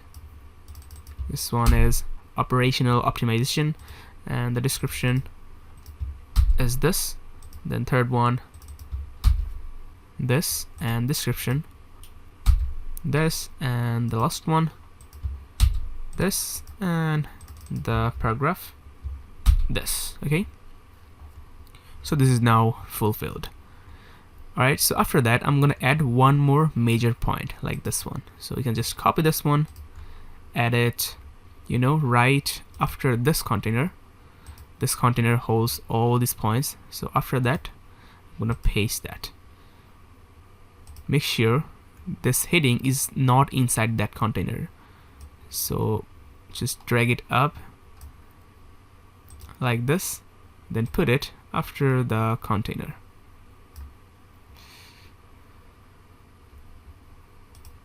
It should be exactly like this. Okay, and change the text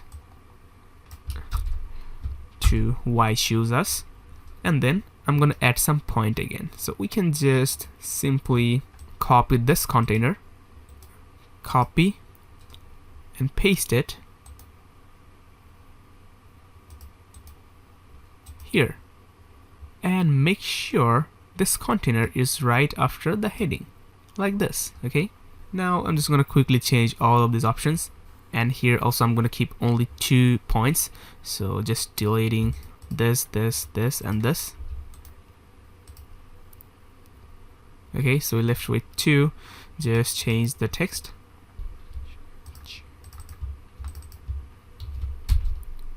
and paragraph,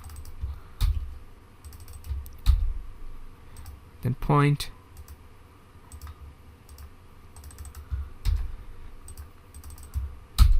and description. Okay, so we are basically done with this boring points and text. Now let's move ahead and do some cool stuff. But hey, before that we gotta just make sure if it's responsive or not. I think it should be like by default responsive, because this is only text, and yes, this is quite responsive. But I'm just gonna play with the main section's padding. On the service details section, the padding should be less. Right, on the padding top, 120, and I think keep everything else same. Now let's go to the mobile, and here we can just grab this container and actually decrease the padding on the top. We can make it 0, and also for this one you can make the padding 0, so texts are sitting more comfortably in the mobile mode. Okay, looking perfect. Alright, so this is our service details section that shows all the details, all the points of a service. Okay, by the way, on this text we gotta add a space here. Okay, so this basically shows the business consulting service and explain it step by step. Okay, alright, so after that section let's add one more cool section, and we'll make it fully step by step. And this is actually a really important section. This is FAQ section, which means frequently asked questions. We can rename it FAQ section. Alright, so first here, make the direction to row, justify content, space between, and align items, start. Then just make the gaps 80 pixel. Then scroll up, go to the style. I'm gonna add a color on this container, classic, and hey, we can just add F7, F8, F8, and also add a texture. Scroll down, load more, and select this texture. Also make the opacity. Alright, after that open the background overlay, because I want to add a texture. So image, scroll down, load more, and select this texture. And after selecting the image, we can just make the opacity to 1. Okay, so it will be fully visible. Now go to the advanced, make the padding 124, 20, 124, 20 pixel. Now inside this, let's add one more container, make it full width, and make the width 47%, make the direction column. And now inside this, let's add an image widget. Change the image. You'll find this image, edit. And on this area, I'm gonna do a really cool thing later, but for now, I'm just keeping the image right here, okay? So for now, I'm just gonna close this container, add a new container after that, and I'm gonna make the width 48%. And inside this, I'm gonna add a pre-title and a title. So we can just copy it from our home page that has, you know, this thing, the pre-title and title. Just copy and paste it here. Change the text. It says FAQs and make it left. Also advanced, make it left. Okay. Now also this one. Change the text. Make it common questions. And on the focus title, this about our consulting service. And also on the style, make it left. And on the advanced, I'm gonna add a margin on the bottom, 32, looking good. And we can just remove this width. We can make it full width or whatever. Now after this heading, let's add a container and rename this cont, and make this cont white color like this. And go to the advanced, make the padding 32 on the right, 32 on the left.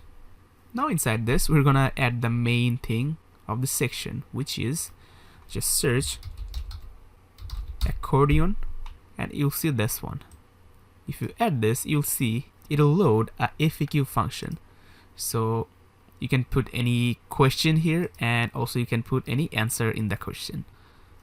Okay, so people can see most frequently asked questions and their answers. So first here, I'm gonna delete all of the items and change the text to this, and I'm gonna duplicate it like this, make it 4. Now let's change the text quickly. This text. And last one. To this, okay? So basically we're having some questions like, what types of business do you work with? So all of these are questions. Now we're gonna add answers within that area, within that container later, okay? So first over here, we can actually change the icon of this plus and the minus, okay? We can upload our own SVG.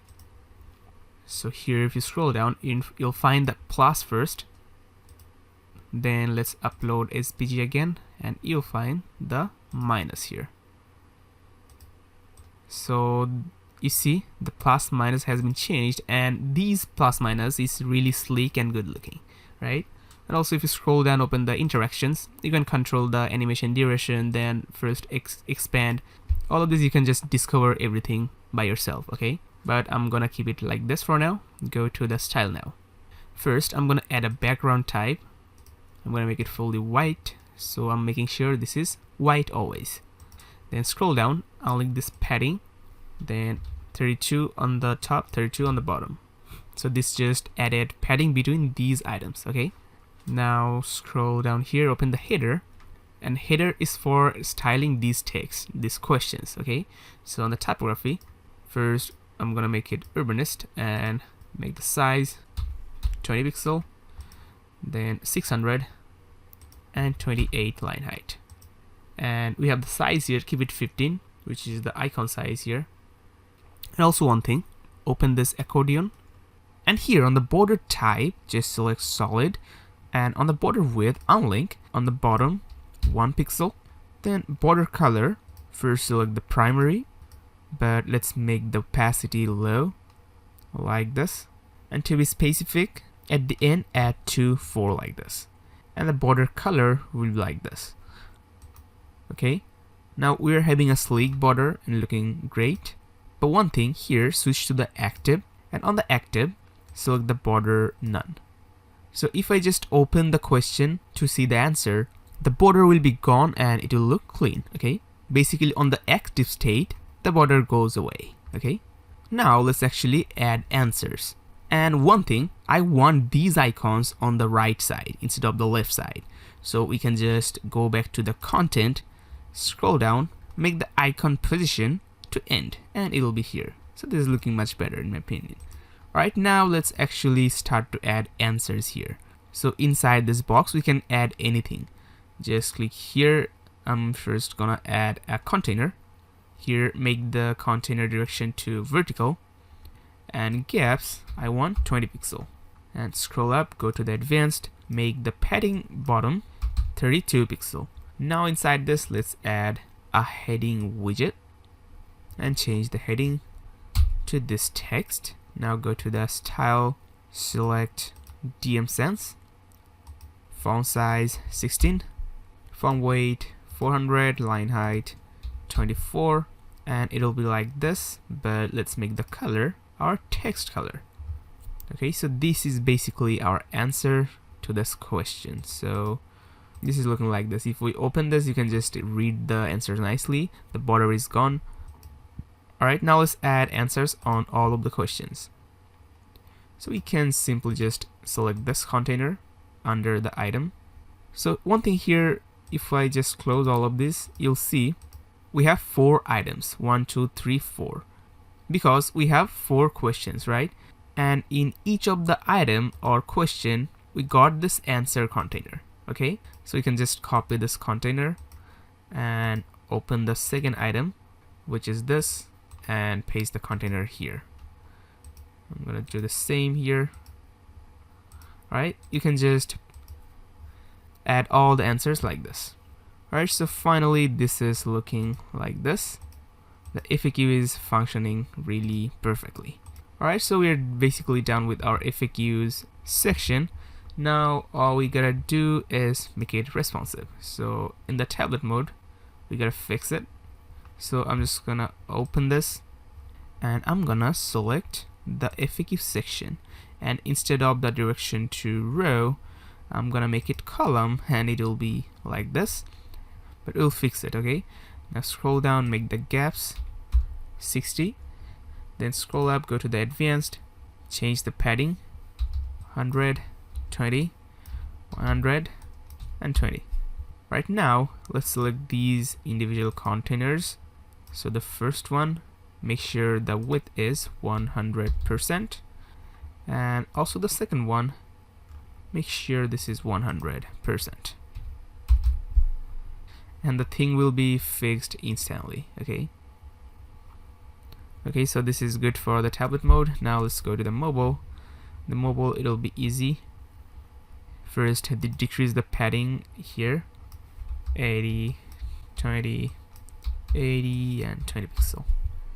Now here we gotta fix this thing, so we can just select this container, the cont under this second container, and we have to decrease the padding. So unlink first, then add 20 pixel. And also we can just decrease the size of this main title text. Okay, so select the accordion, scroll down here, open the header, and on the typography we can just make it 18 pixel, and it's already looking better. And also for these heading we can just decrease it to 15 and it'll be good. Okay, so you can just copy and paste the style.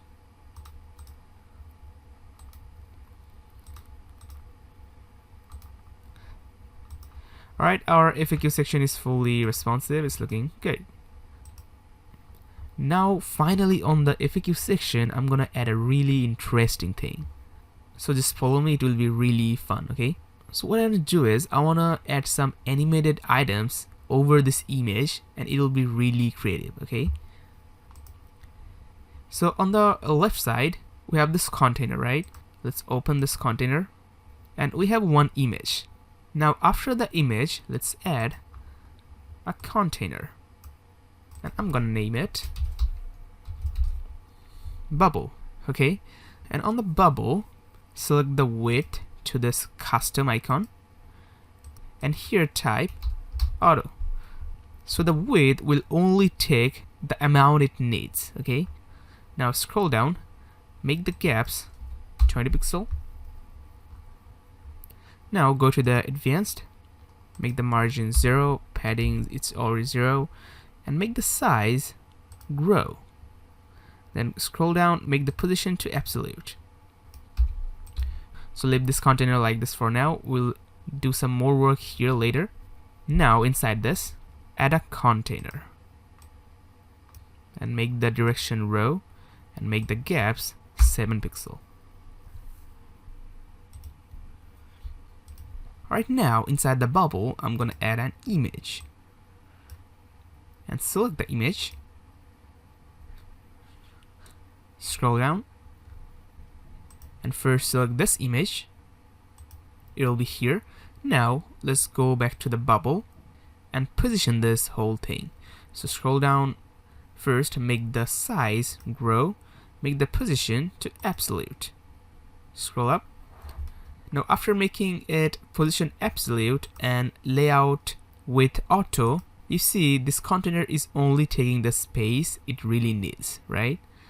Alright, now scroll down, make the horizontal orientation to left, then offset 130, vertical to top, offset 20 pixel, and make the z index 5. Okay, so it stays over everything. Although this is here position, but if we just close it, it will be nicely here. Okay, right now inside this bubble, let's add one more container.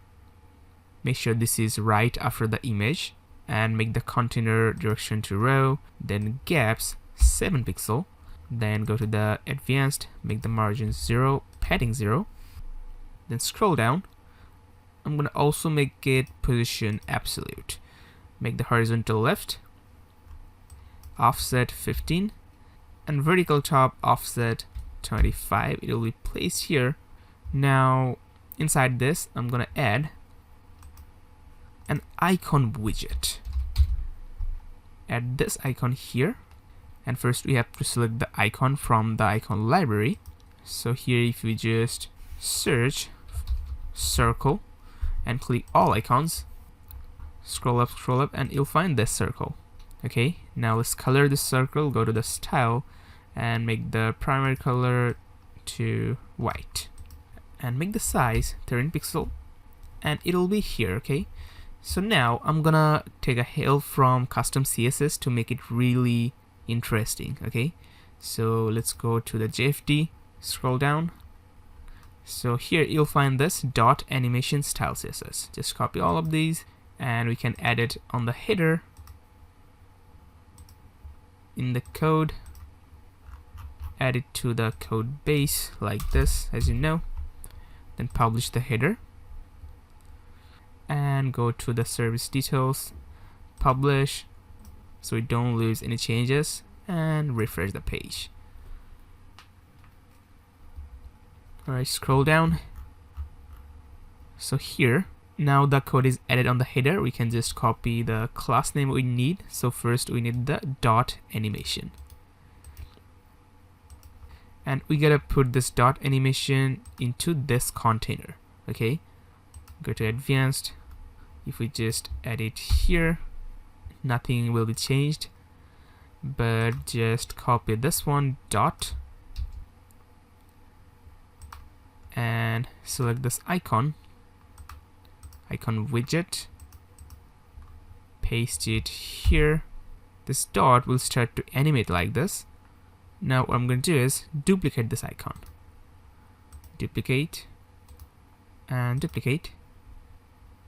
So this is kind of looking like this, but I don't want it like this. I just want to make it really nice, so I'm gonna copy this dot one, then select the first icon, paste the style after the dot like this, and it'll gain a delay and speed. Okay, then go to here, make the dot 2, and then select the next dot or the icon, and here add dot 2. Okay, now on the last one, make it dot 3. Now all together the animation is looking like this. But one thing, this thing is not nicely centered, right? So you can just select the container and edit the orientation a little bit, like on the vertical around 37 on the vertical orientation, and maybe 22 on the horizontal orientation. Okay, now this is looking great like this. Alright, now let's add one more bubble like this. So we can just duplicate this one, but position this differently. Go to the advanced, first make the horizontal to 410 pixel, it will be here, then keep the offset the same, but one thing, open the bubble, change this image. Okay, change the image to this one, and it will be here like this. So at first it will look like this, but if we just close the panel, it will be perfect. Okay, everything looks perfect now. So basically it looks like they're having a conversation and we're having a nice animation for that. Alright, so cool stuff here. Now one thing, we have to check if it's responsive or not. So here we gotta quickly fix it. Let's select this one, first bubble, and we can just drag this around here close to this man's face. 211 is working. Then the second bubble, make the horizontal around like this, 510. Okay, now this is looking perfect in the tablet. If you just want, you can make this vertical orientation a little down like this, 40 pixel. So tablet is perfect. Now let's go to the mobile. Alright, so in the mobile we cannot even see those, we have to fix it. So first select the bubble. So what I'm going to do is go to the layout, and we see by default on the mobile this is 100%, but just make it auto again and it will be here. Okay, now go to the advanced, scroll down and make the horizontal orientation around like this again, 80 pixel on the horizontal and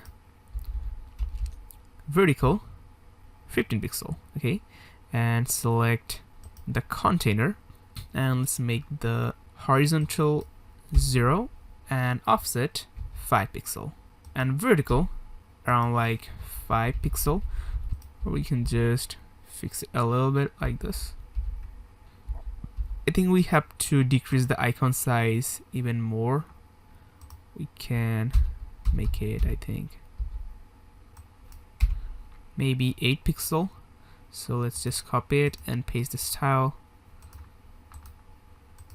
And also we need to decrease the space between the item maybe. So in the container, go to the layout, decrease the gaps to 5. Okay, now this is looking like this. And now let's actually reposition it nicely. So on the horizontal, maybe 4 and vertical 13. Let's see. Okay, so if we gotta fix it even more.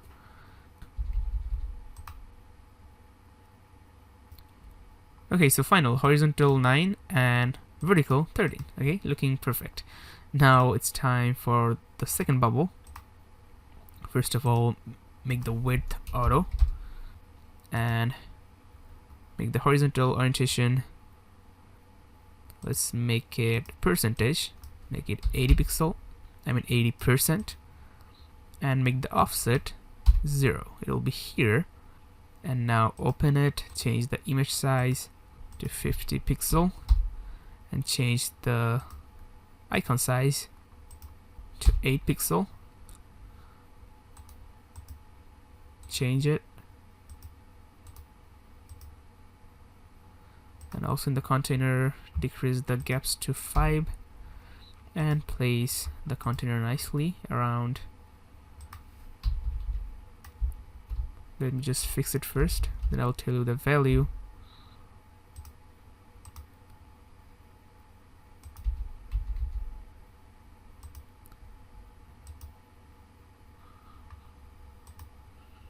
So this is good, but one problem you see, after we just pasted the icon, the animation is looking same on every icon, right?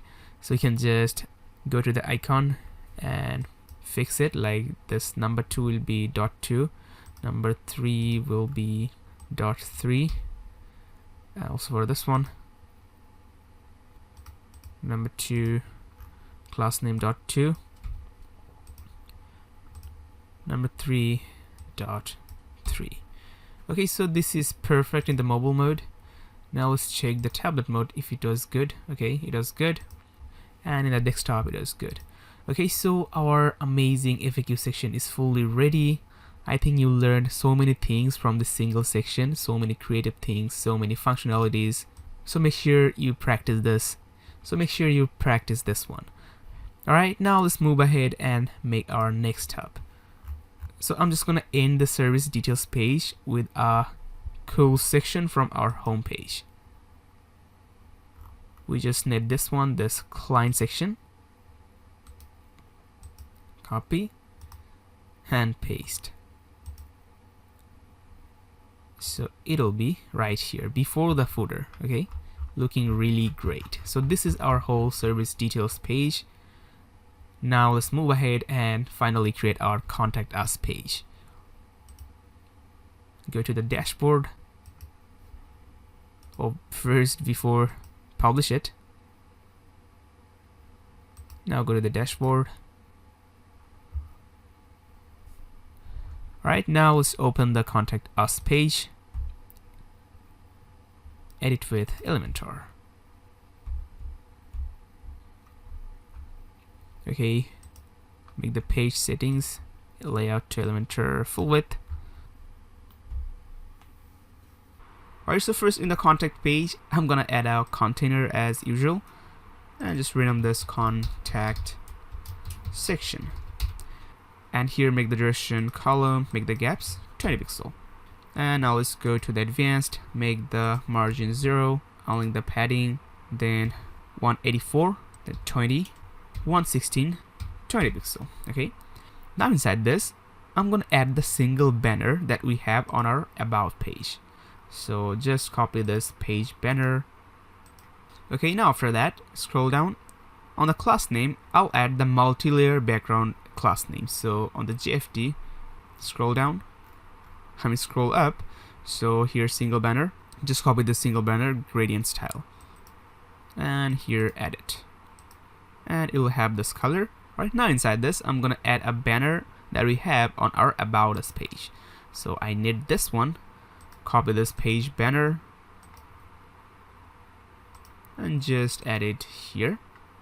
But on the banner I'm gonna remove all the background and textures. Okay, so go to the style, on the background just click on this classic and make it transparent to just remove everything. Go to the background overlay and simply delete the texture image. And also go to the advanced tab, scroll down and remove this 3-layer BG on this one as well. Okay, so it'll be like this. And also we can see we have some top space right here, so we can just remove all the padding, just make everything 0. Alright, so here let's change the text on this button. So this one will be contact us. Alright, and of course this text, get in touch with us today. But we gotta decrease the width of this, you see. So in the advanced, just make it 385. This is looking perfect. Alright, so after these, let's add a container. Just add the container after all these images and headings. And in this container, first make it full width, then make direction to row, and justify content space between. Now go to the advanced, make the margin top 40 pixel, and padding keep it 0. And now inside this, let's add more container. And we can rename this cont. Alright, and make the cont width 42%, direction column And then inside this, let's add an image. Choose the image. Alright, so you'll find this one. Now this part is done. Then on this container, after that content, so this part is done. Now select this container, this cont, right click, click add new container, and rename this new container to cont, and make the width 52%, make it direction column. And now inside this, we're gonna add a made form plugin, but instead of creating a made form or contact form, I'm just gonna add the contact form that we have on our other page. So let's go to the dashboard on a new tab. So we have the contact form in our services, right? So let's edit, open it on Elementor. Right, so here scroll down and we'll have this contact form. Just right click this, copy, and here just paste it.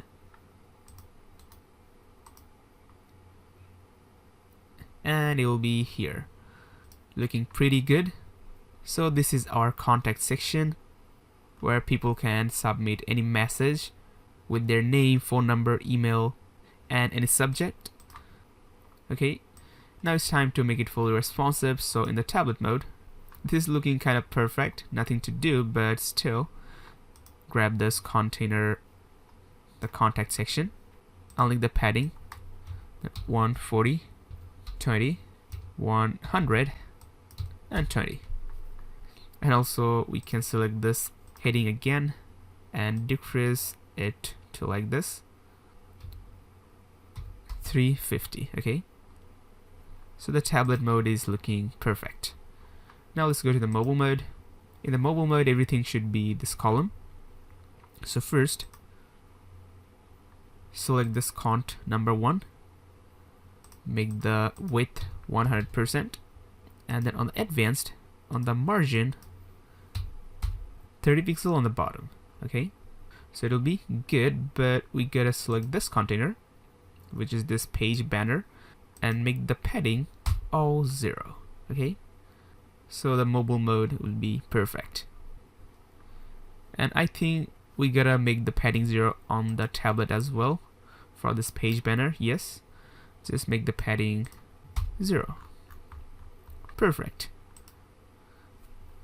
Okay, now after this contact section, let's add some more stuff like informations and a map. Okay, so right after this page banner, we can just rename this one form part. So after this form part, I'm gonna add a grid widget. And make sure this grid widget is after the form part, exactly like this. Okay, now on the grid, make the columns 4 and rows 1. Now go to the advanced, unlink the padding, on the top 88, on the bottom 88. Now inside this, let's add a container and rename this one card, and make the cards padding all 32. And hey, also the style, I'm gonna add a background color which will be fully white, really simple. Now inside this, let's add icon box widget. First change the icon from our SVG, scroll down, select this phone icon, then change the text, then make the view stacked and select the shape circle. Okay, now change the title first, then the description. Okay, then let's go to the style, and first make the icon spacing 24, then column spacing 4, then open the icon.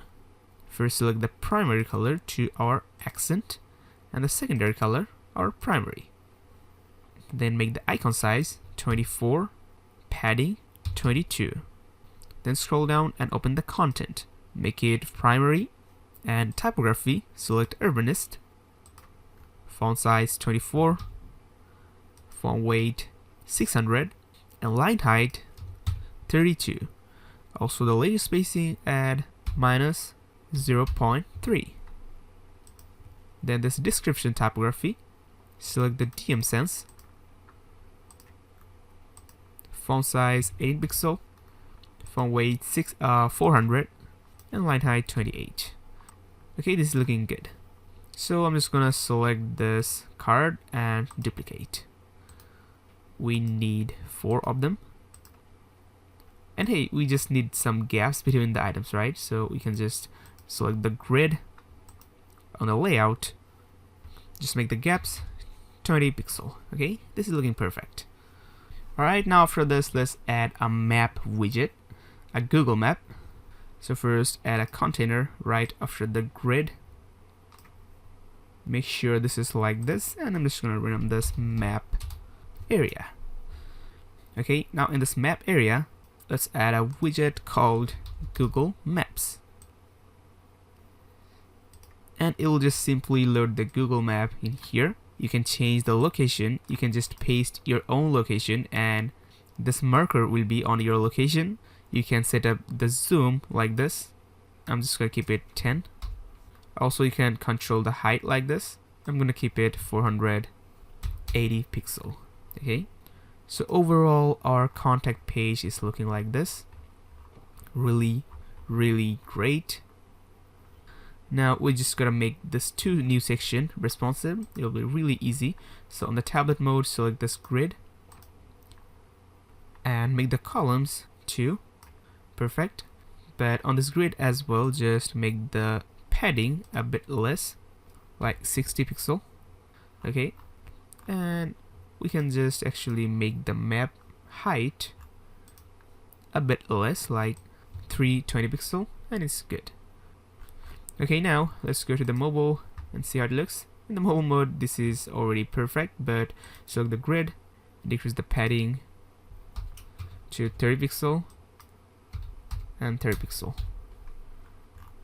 And I think the map is looking perfect like this. So our contact us page is fully responsive, and it's fully done, looking just great. A great place to submit your message, right? So basically we're done with all the pages on our website. Now I'm just gonna go ahead and review everything step by step.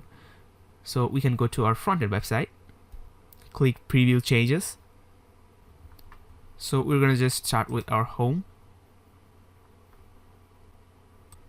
So here everything is good, but we see one problem here. There is gap before the header, right? So you can just figure it out by going to the header, and we can see actually there is some gap on the header, right?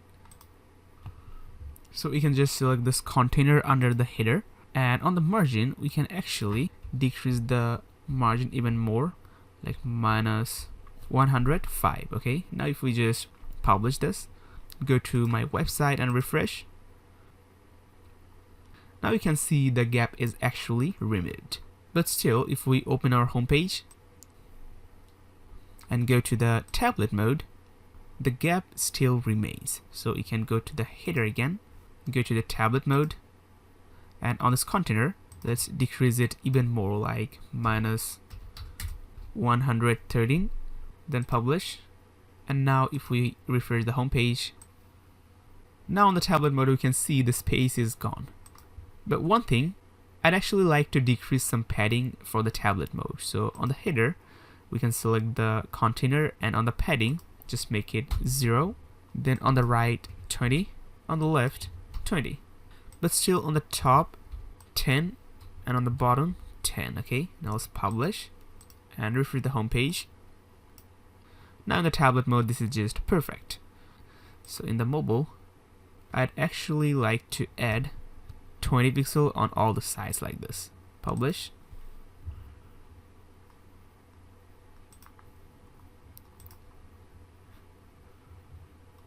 Refresh the home page. So in the mobile, actually this is better, right? Alright, so our header is perfect. Now let's continue reviewing our website. But here, although the header is looking perfect, but you see we cannot click on this logo. Go to the About Us. By clicking on the logo, it should take us to the home page. So it's not working because, let's go to the header. I think on this container I gotta add the z index. Let's add a random z index like 5, publish.